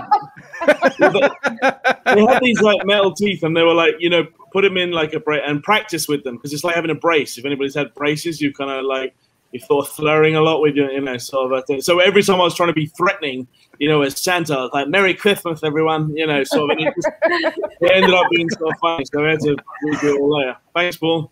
When we made that film, when I first met him, I thought he was like, he had a problem. Like it was the voice at that time made me think he had a problem. Now I know him, I know he has a problem, but it has nothing to do with the voice. And it's because people know I'm maybe a little slow. They thought I was related to you. Oh, wow. Oh, no, wow. no. Oh, Doug, I gotta give that to Simon. Sorry, I had to put Simon in timeout. Oh, that was a burn, Simon. That was a good one. Drop boom. I think it's like give that Simon the nicest. That's about the nicest thing he said to me in about a year. Ouch. Doug, why are you storming off? We're in rooms next door to each other. I don't know what you're doing. He won't even sit with me. We're in the same building. Yeah, look, just come in here. We're going to ruin the illusion of film. Come in here. We're not really. Oh, so we're not allowed to be within 100 yards of each other. Or is that school? Hold on. What was the rules on the? What did the judge say? No, the judge said a school for you and ace for me. But okay, all right. I knew they said something. So if you're just joining us, this is the part where Simon and Doug strip down to their skivvies. Again? We're not, have you still got your underwear, Doug? The same ones from Chaplin. I'm still wearing them. You've obviously changed at some point, right? The shoot was a while ago. You're watching it. You want to come in? You said keep the underwear on. You haven't said change them yet. Oh, Doug. God. Oh, who's that? Hi. Mrs. Hi. No, Al. She's one of them Chelsea people. Now, Ken, did you have to give a pay bump to the your two leads for stripping down to their underwear? No, I bought the underwear. I bought the underwear and they can keep it. Yeah, and actually, Ace is a lot more naked than us in this. So,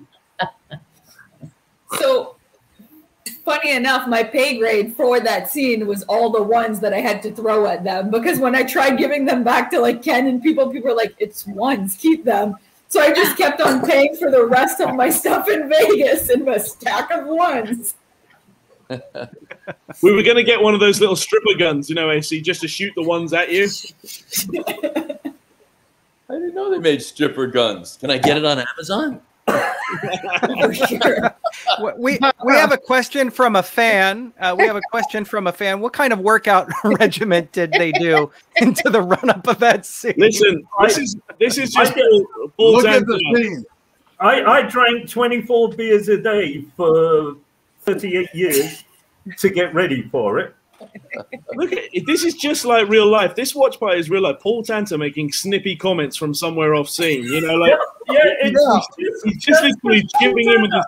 And listen, I'm tired of all you guys. All you guys are sort of jumping on the I hate director Paul Tanter bandwagon. I've been hating Paul since 2011. You know, like you got to put some proper time in hating Paul with his little snippy comments. Go on, Paul. Give us another snippy comment.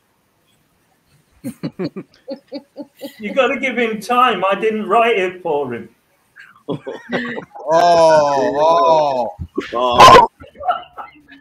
come on, Doug doesn't get in the timeout for that. How come I'm anyone? Doug doesn't get time out for that? I feel some favoritism. All right. Doug's in timeout. Timeout. Thank God. Now we can say whatever we want about him.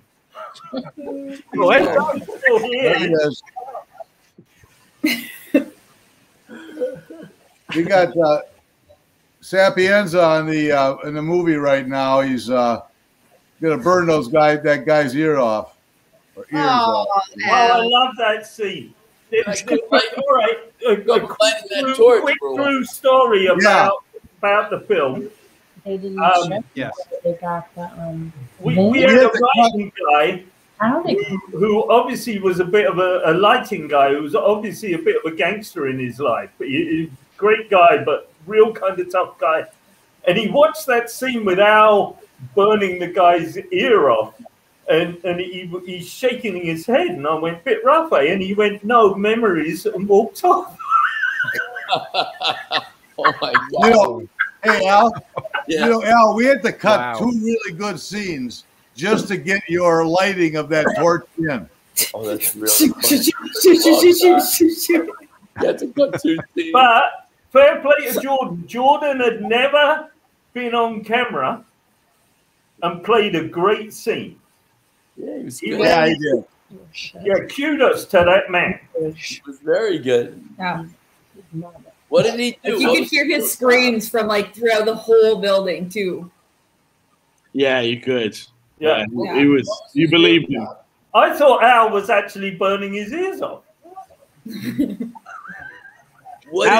Al knew that we didn't have the expense budget to make it look like the special effects makeup. I was like, you're just going to have to do it. He's not in tomorrow. Yeah, exactly. It shows like what you could do. Like the people that You're welcome, Jordan. That and Warner Brothers plot, there'd be a fireman, a fire inspector, 12 guys, a medic. It's ridiculous. So I burnt his ear a little bit. He got over it in a few days. Yeah, we bought him beer at the rap party. It was all good. Exactly. When we're doing films with, like, obviously the problem with working with Al is he does a lot of big stuff, right? So he's like, well, they got these big setups, Simon. You would like, you know, there's like a crane, a 200-foot crane, and it can zoom in right from the corner, right to your face. He goes, but when I'm on one of your sets, there's like a drone precariously coming towards me, you know, sort of, and we're just screaming, Al, hold perfectly still. This isn't an exact science. I forgot about those drones in Dystopia. Yeah, that's right. But none of them harmed you, you see, Al, even though you were like, these are getting incredibly close to me. Don't worry, Al. As long as we got the shot, it doesn't matter. We can cut just before it hits you. I love making these kind of movies. I love it. I really do. Al, what are you driving in this movie? And who is the owner? And were they freaked out that you were driving it? You know what? I forgot what kind of car it was. It was so cool. That vintage. A Comet, wasn't it? Falcon, yeah. A Comet. Yes, a Mercury Comet. What a memory you have. Wow. Yeah. And the game belonged to Ken's friend, Tom. Right. Yeah, that's the key to make independent, low-budget movies like this is to have a rich guy like Ken Bresser with all his friends. They've all got incredible cars. Like with all his friends. Right? Yeah, exactly. You know, with Tom, I think Tom owned 3 cars at the time. We used them all. Yeah. You know, you got to put all the dollars on screen. Even exactly. If they're not yours. That's exactly right. Yeah, that guy was very cool, that guy, Tom. We did another film. Paul, Simon and Ken produced it. I co-produced it since this one, Ash and Dust, which is nothing like this one. It's a very serious film. But we managed to pull that off on a low budget because I managed to get us all 4 locations for free. There you go. Yeah. That's what you do. And then you put your dollars on the screen. Exactly. Guys, I know this sounds so cliche and dumb, but it's not. You two should do a crime movie. It should be gangsters in London, like with a gang, and just be like, you just can't quite get over that hump to the next level. It would be a friggin' riot. You're like, you have a gang. You're thieves. You're con men. I think the 2 of you would be great. Giving them ideas for real life here. Al, I can't go back to London, though. Why? What you do? Well, I'm not going back. Never mind. No, don't. It's just anyway. There's the statute of limitations. You'll be all right. Really? But that warrant isn't still out for you. Don't worry. I think that'd be a good movie. Wait, Doug, will they recognize you with the missing tooth, though? I think you should have Ace to thank for your new look. No, I had no teeth when I left there, so that's part of why I can't go back. I want to return back to Cheryl and the fact that she's able to get a backhoe. Who do you know in the construction business in Las Vegas? Because that's used for a lot of things, Cheryl. That's not just the construction business, Loren. That's why I was asking the question, Cheryl. Loren, I have a huge Rolodex in Las Vegas. You can get anything done that you need to. More than likely. I have a huge Rolodex in New York. Thank you, Al. And I've got all my numbers stored in a phone because it's 21. And that's why you couldn't get anything done in Vegas, Simon. Hey, I found a backhoe. It was something. It wasn't what I thought it was. Anyway, you walk into the wrong club in Vegas. Anyway, it doesn't matter. It doesn't matter. Oh no, you called the number on one of those cards someone gave you on the street. Yeah, Simon. Of course, I called the number. That's how we got Al Sapienza. And I swear to God, in the early 80s, I was in the touring company of a Broadway show, and I carried a Rolodex in my luggage. Like I had a Rolodex that I would take from city to city on the road. The good old days. The good old days, stapled to the thing. I traveled with a freaking Rolodex. Loren, I even got the coffin for these guys. Yeah, you've got a very heavy coffin, by the way. Simon, do they come in different weight sizes? Well, I would have thought somebody that was in the props department would have, realized. Stop, Simon. I'm not going to get you a fake coffin. I'm going to get you the real deal. But that was very, very heavy. Do you know how heavy it was? Especially when I was inside it napping. Well, I know we tried to not wake you and take you to where I go shooting a lot and leave you there, but you woke up. Yeah. Thank you. I appreciate that.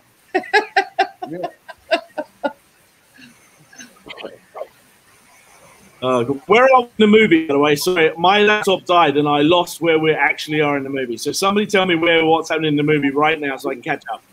The credits. Good.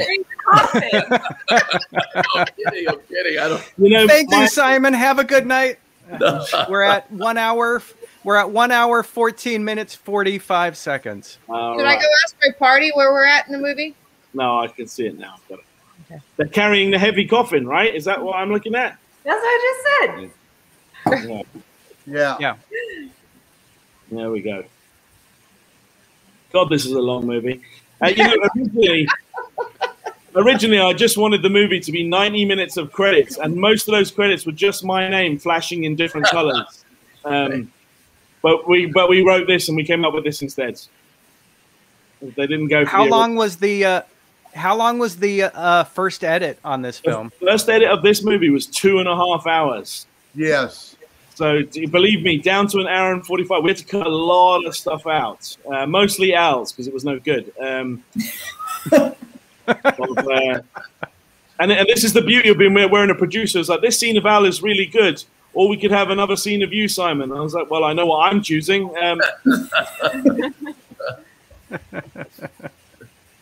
All of Al's stuff is there, I think. I can't remember.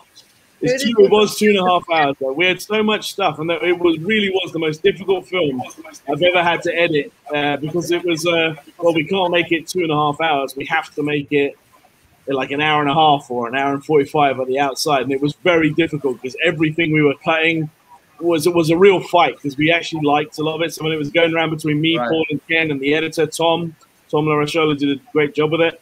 I mean, we had really hard decisions to make. It wasn't like any of the cuts were easy. They were mostly very difficult stuff. So it was a real thing. Anything we could cut. We got down to cutting like 2 seconds here, 5 seconds here. We were just trying so hard to get the time down. Yeah. But then at some point, you've got to leave it in. So we were trying to hit 90 minutes, and we never hit the 90 minutes. Obviously, we're at 1 hour and 45. But you have to...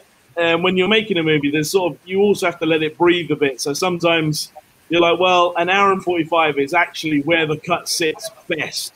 So the story is still being told. You're not rushing through it, but that's the time it takes. So that was the time it took to get stuff. Actually, the people that suffered the most out of the cut, I think, are me and Doug, because lots of the cuts came from within scenes where we had actually, like in the diner scene, we went on for another 5 minutes doing dialogue, but basically we're like, well, we've got enough of that, so we cut a lot of that short. Obviously, you cut me. You cut me. I didn't cut you. Paul Tanter cut you. I can't say that enough. That's it.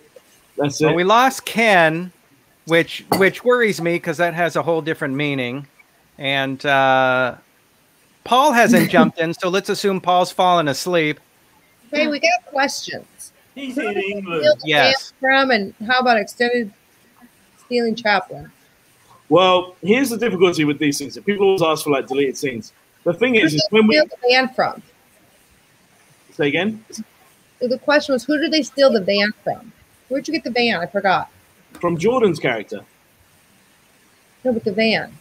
Yeah, from Jordan's character. Yeah, we stole it out of the warehouse that Jordan dies in, Cheryl.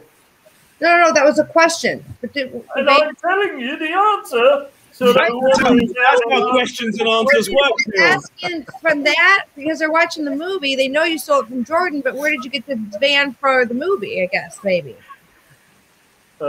we just rented the van. Oh. Yeah.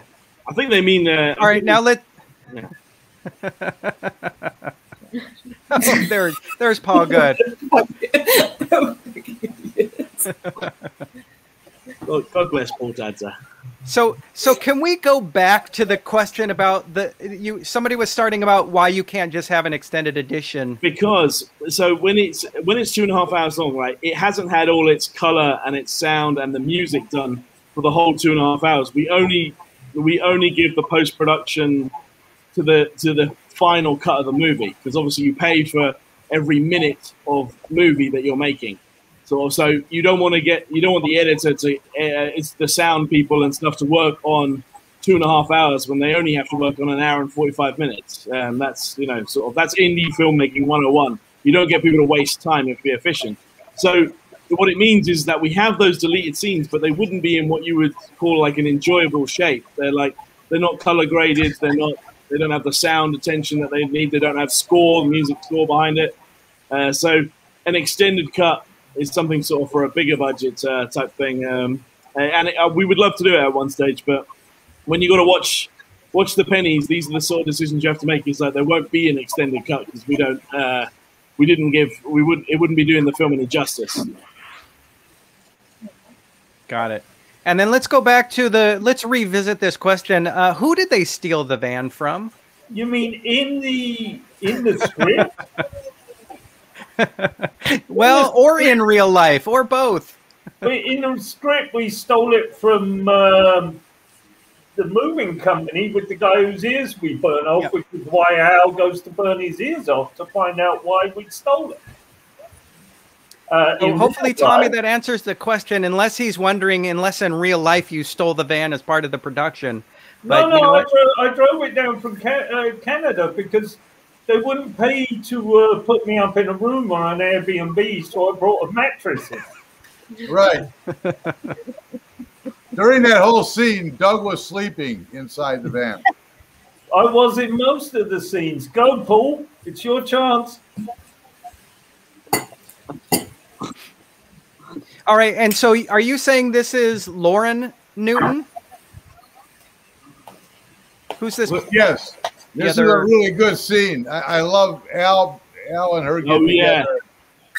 This is Her attitude was great for such a small part. Yeah.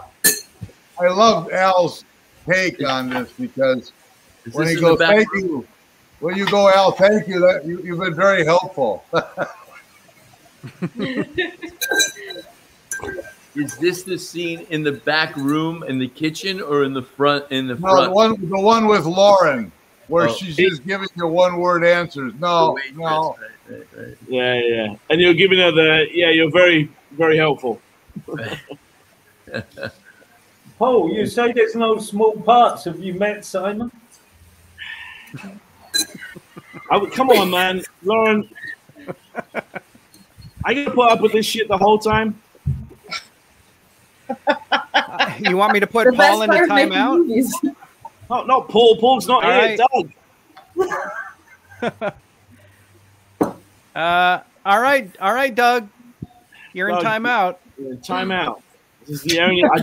Unlike when you do timeout with kids, though, you're expecting them to eventually learn, and I don't know if Doug's going to be able to do that.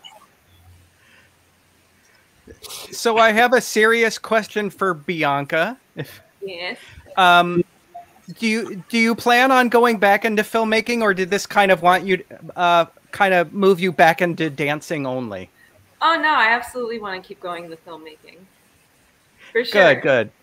I mean, for your first major project, this is a fun, lively bunch of people to work with. Oh yeah, everyone was so great. Everyone was awesome to hang out with. Like, it was cool. Yeah. Who was the most helpful as far as giving you suggestions on set?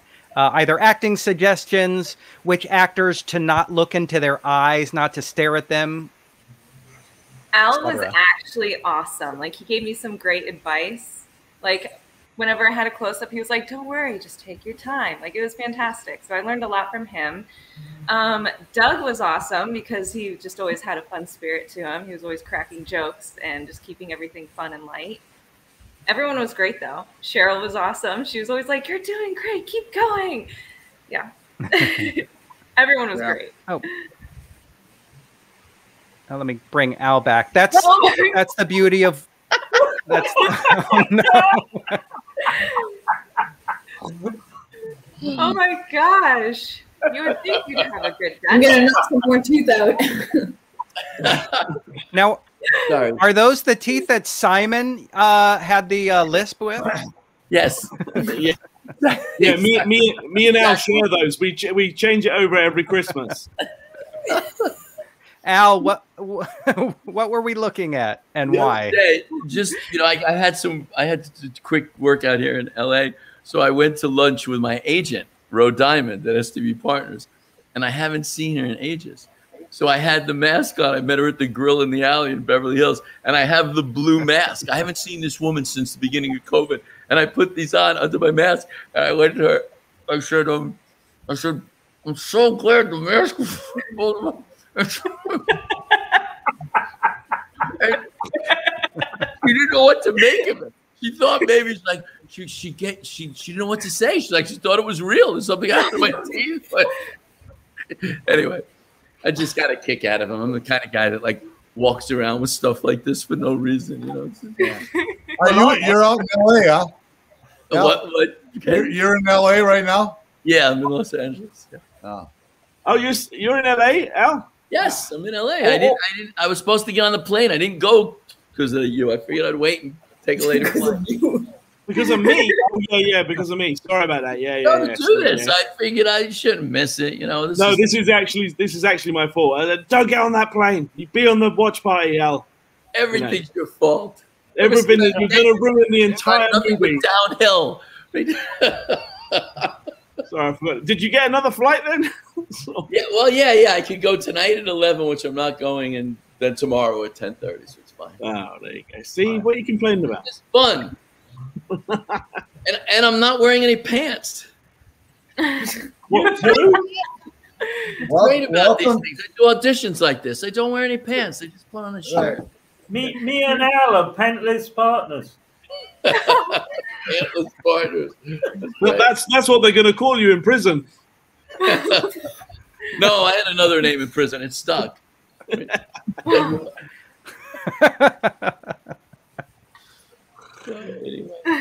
Where are you, AC? Ace. Is Ace here? Here she is. Yeah. Where are you? I'm not wearing pants. Where? I'm wearing pants. No. Sorry to hear. Where are you? Where are you? Right now? Yeah, what city are you in? I'm in Montreal. Yeah. I'm at home. Ace, this is the watch party for Stealing Chaplin, not your other job. Yeah. We don't know where your home is, or I would have come to visit the other day. What city are you in? I'm in Montreal right now.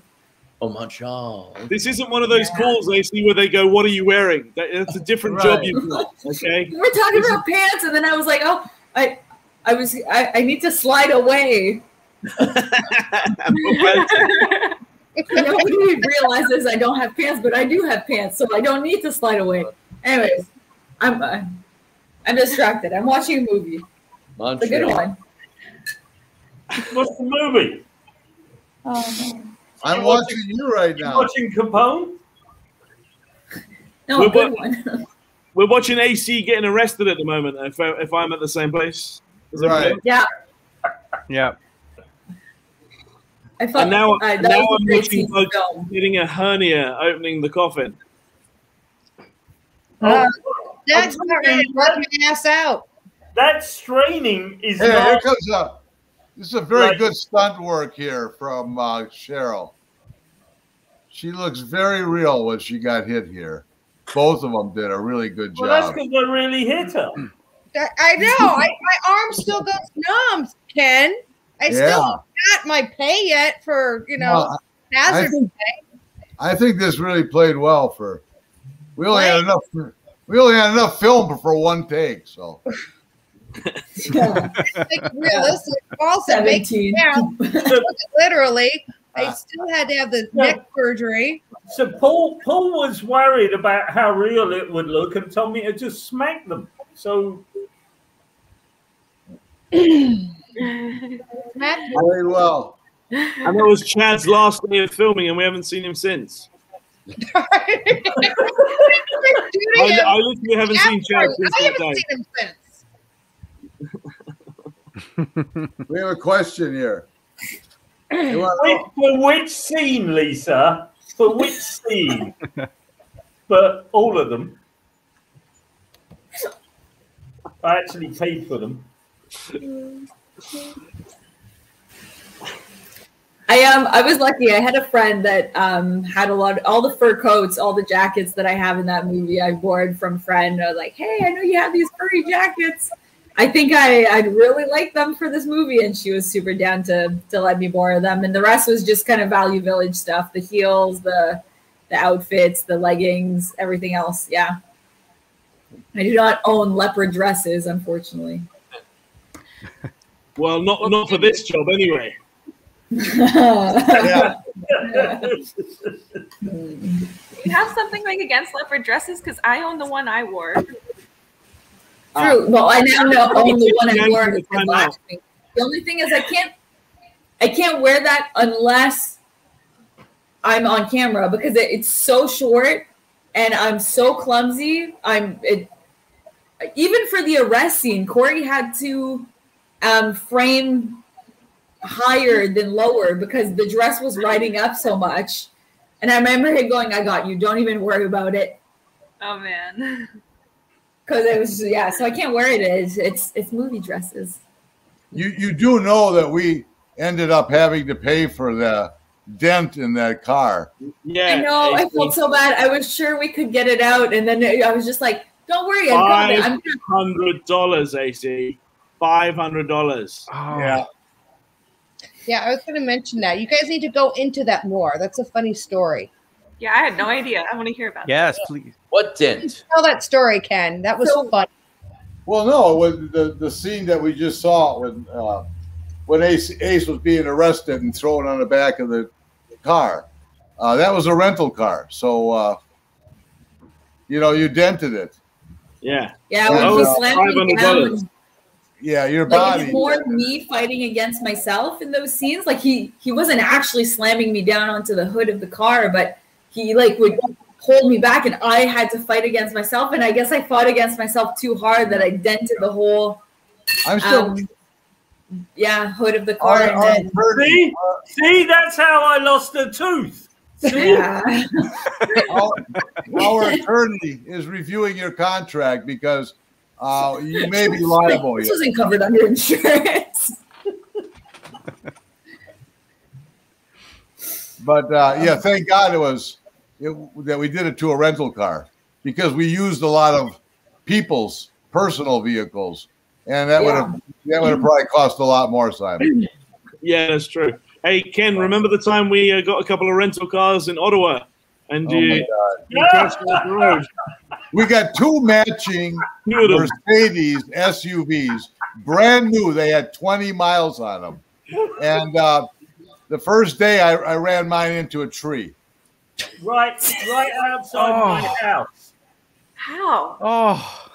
Well, I live so far in the middle of nowhere down gravel roads, and we film a lot of stuff at my place. It's how I met Simon, the film I produced that we filmed at my farm. And then these guys wanted to use the location, but it's in the middle of nowhere. And we were filming a scene there that involved this huge convoy, so they rented cars. But getting to my place really is quite something, and Ken didn't quite make it. There was a big turn in the woods, and I just went straight. Oh my God. And that was kind of expensive, but that's all right. No, they were fully insured. Yeah. Thank God. I thought they were gonna never let me out of Canada. I mean, this car had literally 14 miles on it. a brand new Mercedes SUV. I put it right into a tree, Al. Yeah. Yeah. So we'd arranged to film that scene in the winter because it would look dramatic and cool. But there was an actual blizzard that day that we hadn't predicted. Yeah. The guy bringing the makeup girl crashed. Ken crashed. It was like absolute nightmare. But once we got it done, it was a 17-hour shoot. Really cool. No, but it looked great. Yeah, I'm with Doug. It looked amazing. Ken spent half the day on my couch going, "I'm never coming here again." But the scene did look great. Are blizzards rare in that part of the world? No, in Canada. No. Oh, I thought you were talking about England. I'm so sorry. This was in Canada? I live in Canada, Al. I have a huge... And Al, I always think of you as an English guy. Yeah, so do I, Al. Funny that. Al, they got this cute little... They got this cute little rule in Canada. If a blizzard starts, they don't plow anything until it stops. Wow. So... this was a really bad blizzard, okay? And they just kept the snow just kept piling up on the highways, and nobody was plowing. Yeah, literally, the snow on the gravel roads outside my house was 2.5 feet deep. Yeah. When Ken was trying to get there, and then we had to film the convoy. But it looked so good for the film. And there was no snow at all when I woke up that morning. Wow. It was unbelievable. What province are you? You're in Ontario, right? In Ontario, Al, yeah. Like how far out of Toronto? I am 3 hours from Toronto, 1 hour and 20 from Ottawa. But it's like in the country. You're really in the middle. Simon will tell you, it's all dirt roads to get to where I live. Oh, well, but it's fantastic, like filming. Like, it's hard to get to, but on camera, it looks great. Yeah, I've destroyed Simon's Capri more than once with him coming in. So do you see a lot of moose? Oh, yeah, man. And I currently have a family of 4 coyotes living outside my backyard. Like, wow. They're wolf-sized. Yeah. Wolf-sized coyotes. Wow. I live in New York City. And our mayor, it's a true story, our mayor hates normal people. He's the worst mayor in the history of New York's history. And our first snowstorm, he didn't plow Manhattan. This is for real. He had a big gigantic snowstorm. He didn't plow Manhattan. He hates friggin' Manhattanites. He loves Brooklynites and Bronx people. And he'll be out soon. He wrecked the whole city. It's funny. The mayor has to give the order to plow the city? The mayor can control everything. Well, no, the Department of Highways, but for some bizarre reason, Park Avenue, Fifth Avenue, Madison Avenue was not plowed for like 35 hours. And this guy, the second he came into office, the first snowstorm. Here we go, Simon. Anyway, that's it. Wow. What happened? So I'm trying to say Ken destroyed a car right outside my house. Right. What is everyone talking about? Well, the funny thing was, this is the first time I ever met Simon and Paul. And so in this blizzard, we pass up these 2 idiots in a ditch, and they're driving a Mustang. And I go, who the hell drives a Mustang in the middle of a blizzard? Well, it turns out that it was Simon and Paul that I passed up in the ditch. Yeah, you drove past us. That's right, in a blizzard. What kind of heartless bastard? I never met them before. So so you were like, I don't know those people. In fact, let me drive a bit closer to them and I might be able to spray them with some snow. And it would be hysterically funny that if you randomly met them in that dish, and then you would dumb it up to give them so much cash. Right, exactly. Well, actually, it did kind of work out that way, Al.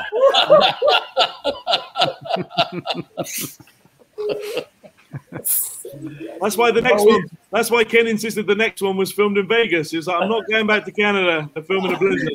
I don't care.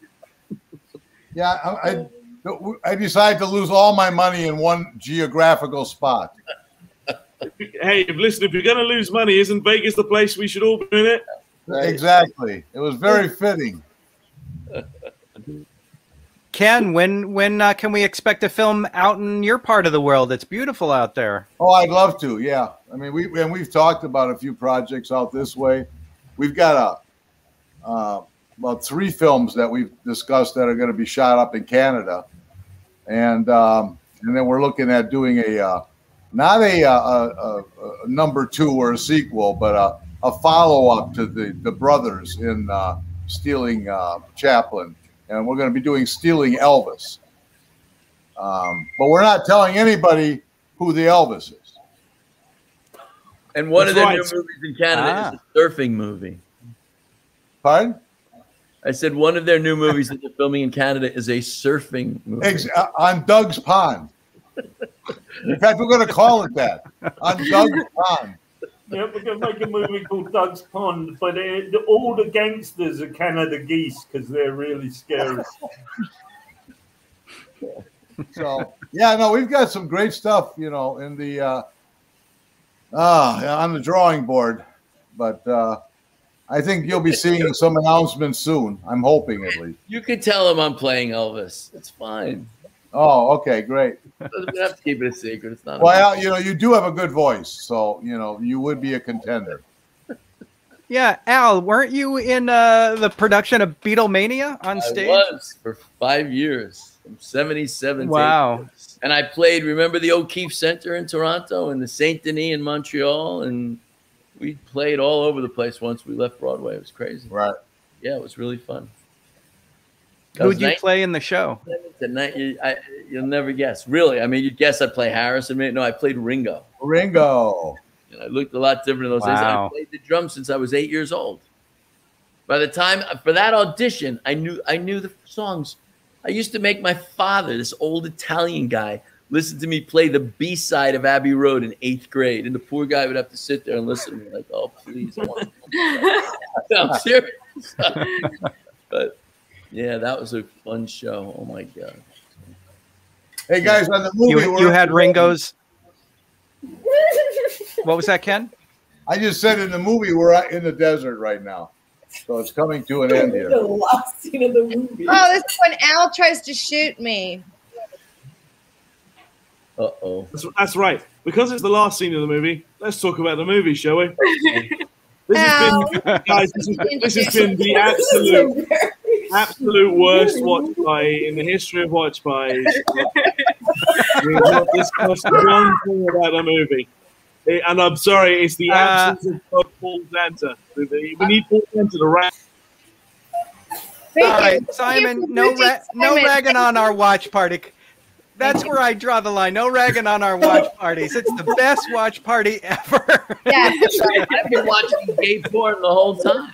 Well, you were the best to work with at the desert. You made the desert the best. Oh, you're so sweet. That was fun. You and Peter were so much fun to work with after working for almost 2 weeks with Simon and Doug. I mean, Doug was great, but when you and Peter, it was amazing. I loved working with you. Wow, Cheryl. I loved working with you, Doug. But then when Simon and Peter were there, it was just amazing. There's no Peter, Cheryl. Stop drinking. You're Peter drinking Woodward was there. Peter was in the desert too with us. Peter, you mean Paul, or were you talking about Peter Woodward? Peter Woodward. Simon, you were in timeout, so stop it. Go back to timeout. I can't question. How do I put myself Cheryl, in? There's a question. I thought we were moving to Italy. There's Paul is saying something here. This final scene is great. Didn't we all have fun filming in the searing heat? Who's that? It wasn't that hot. Paul. Oh, Paul. Of course you had fun. And is Paul the narrator too? No. Who was the narrator? That was a good voice, by the way. Who did that? I forgot. I did. Simon. Who did? He's a guy named Stephen. He's very talented. Actually, does a lot of voices. Yes.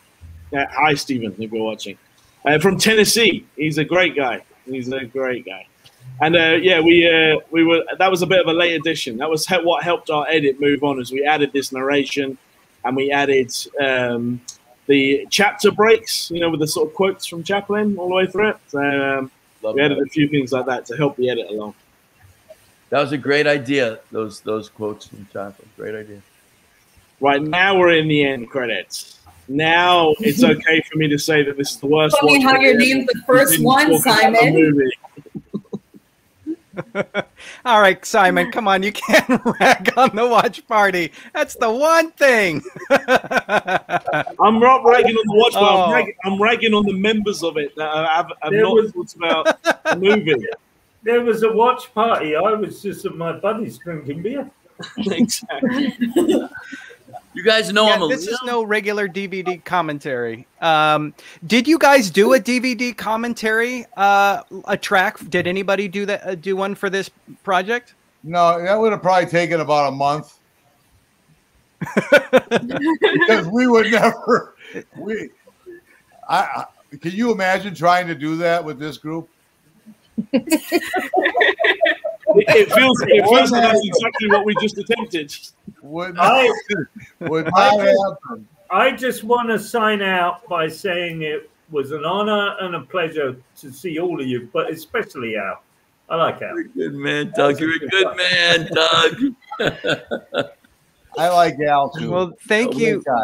Thank you so much. Doug, if you have to go soon, what do you have coming up? How else can we watch if we want to get more of Doug? Oh, well, January and December, we made a movie called Ash and Dust that Ken, Simon, and Paul produced, and I'm one of the leads in. And then in February, I made a movie called February that Ace plays the lead in, and I'm in. I wrote, co-produced, co-directed. I'm hoping big things from. And other than that, I am just at the end of editing my first novel that I... Wow. What the hell is Anyway, that I am publishing. I'm going to be an author.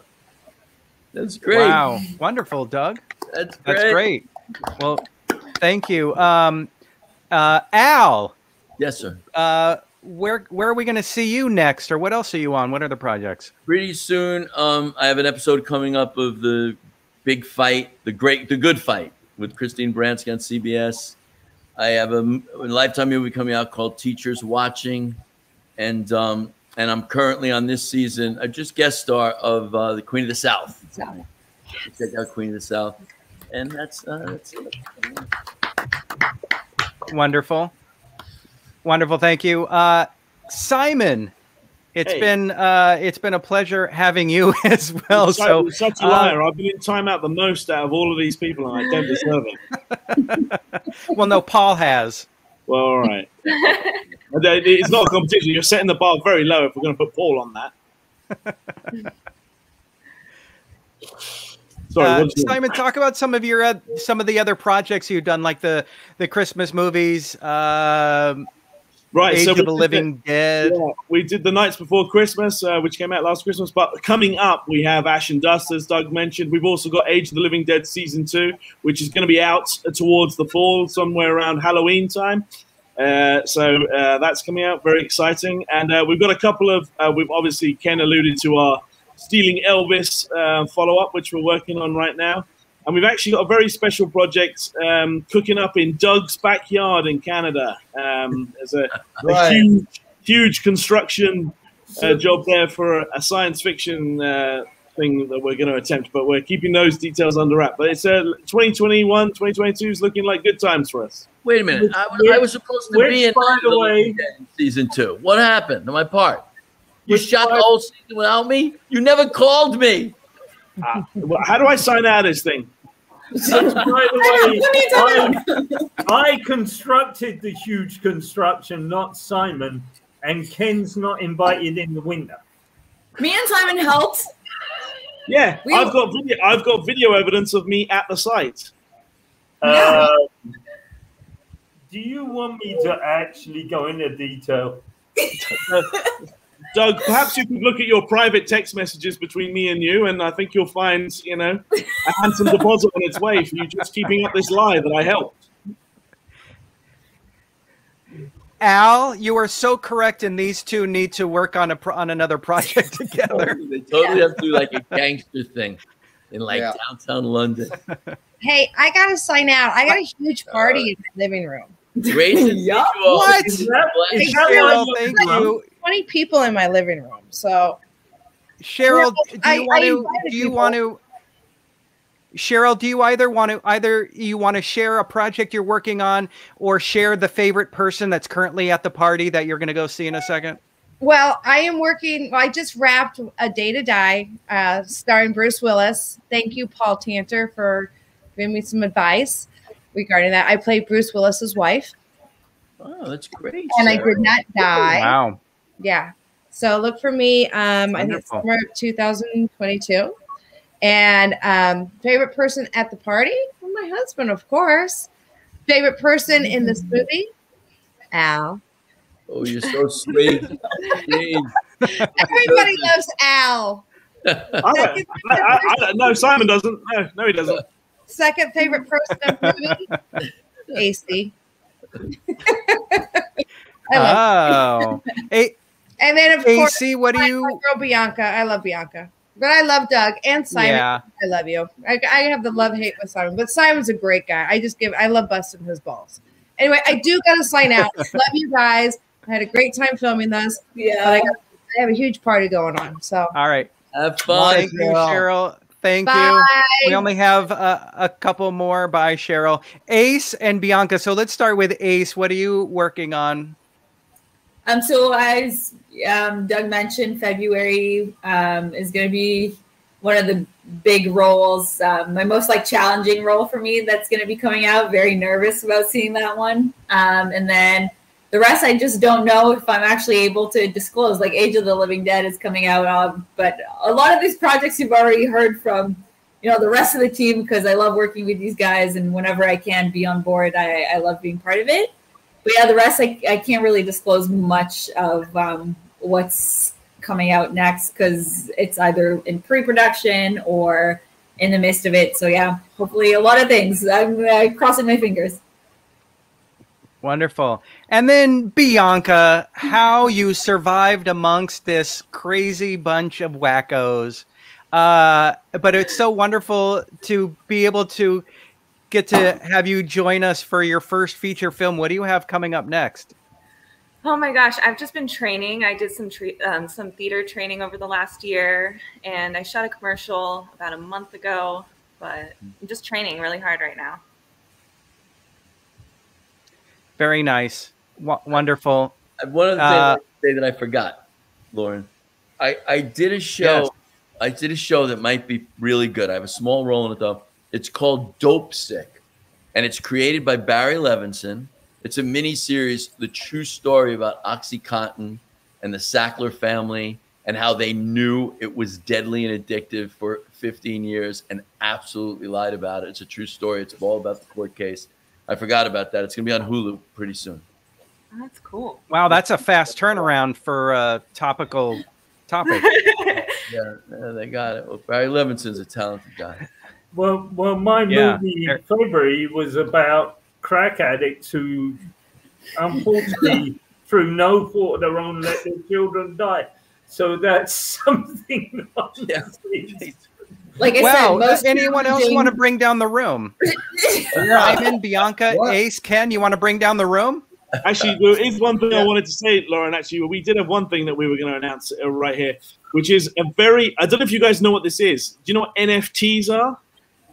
Oh, yeah. I know a little bit, but please explain in case. So, if for anyone that doesn't know what they are, Charlie Bit My Finger. I'm sure you've all seen that famous YouTube viral of those two brothers, and that recently sold at auction for like over £500,000, and they're selling it by it's like a collectible NFT, a digital collectible file. So the owner of that file sold the original, one copy of the original, and now somebody owns that. It's sort of the next big thing after cryptocurrency, but it's in that sort of while where people own digital unique prints, and it's all verified via the blockchain, and it's just a chance to own like a really cool collectibles. So right now, as it's just gone live somewhere, as somebody was just texting me, Stealing Chaplin has 15 individual NFTs. We are the first ever comedy movie to be sold at NFT. So one day everybody's going to be doing this, but we are the first film to ever do it like this. We've got 15 things. There's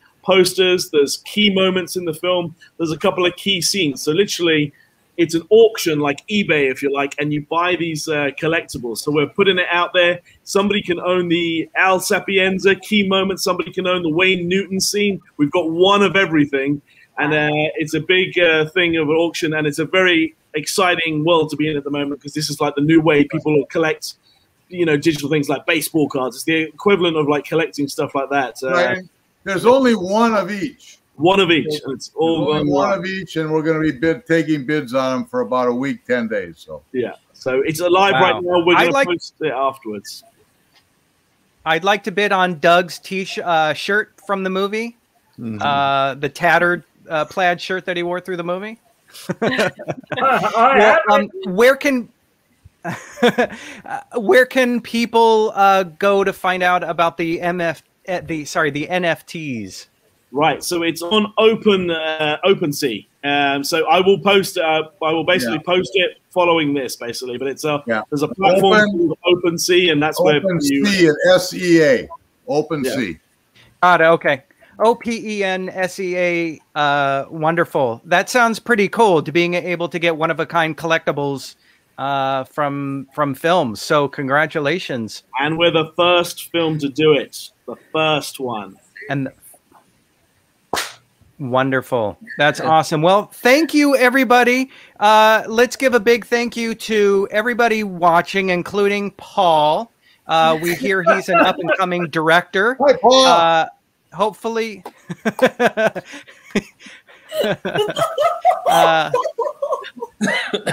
jeez.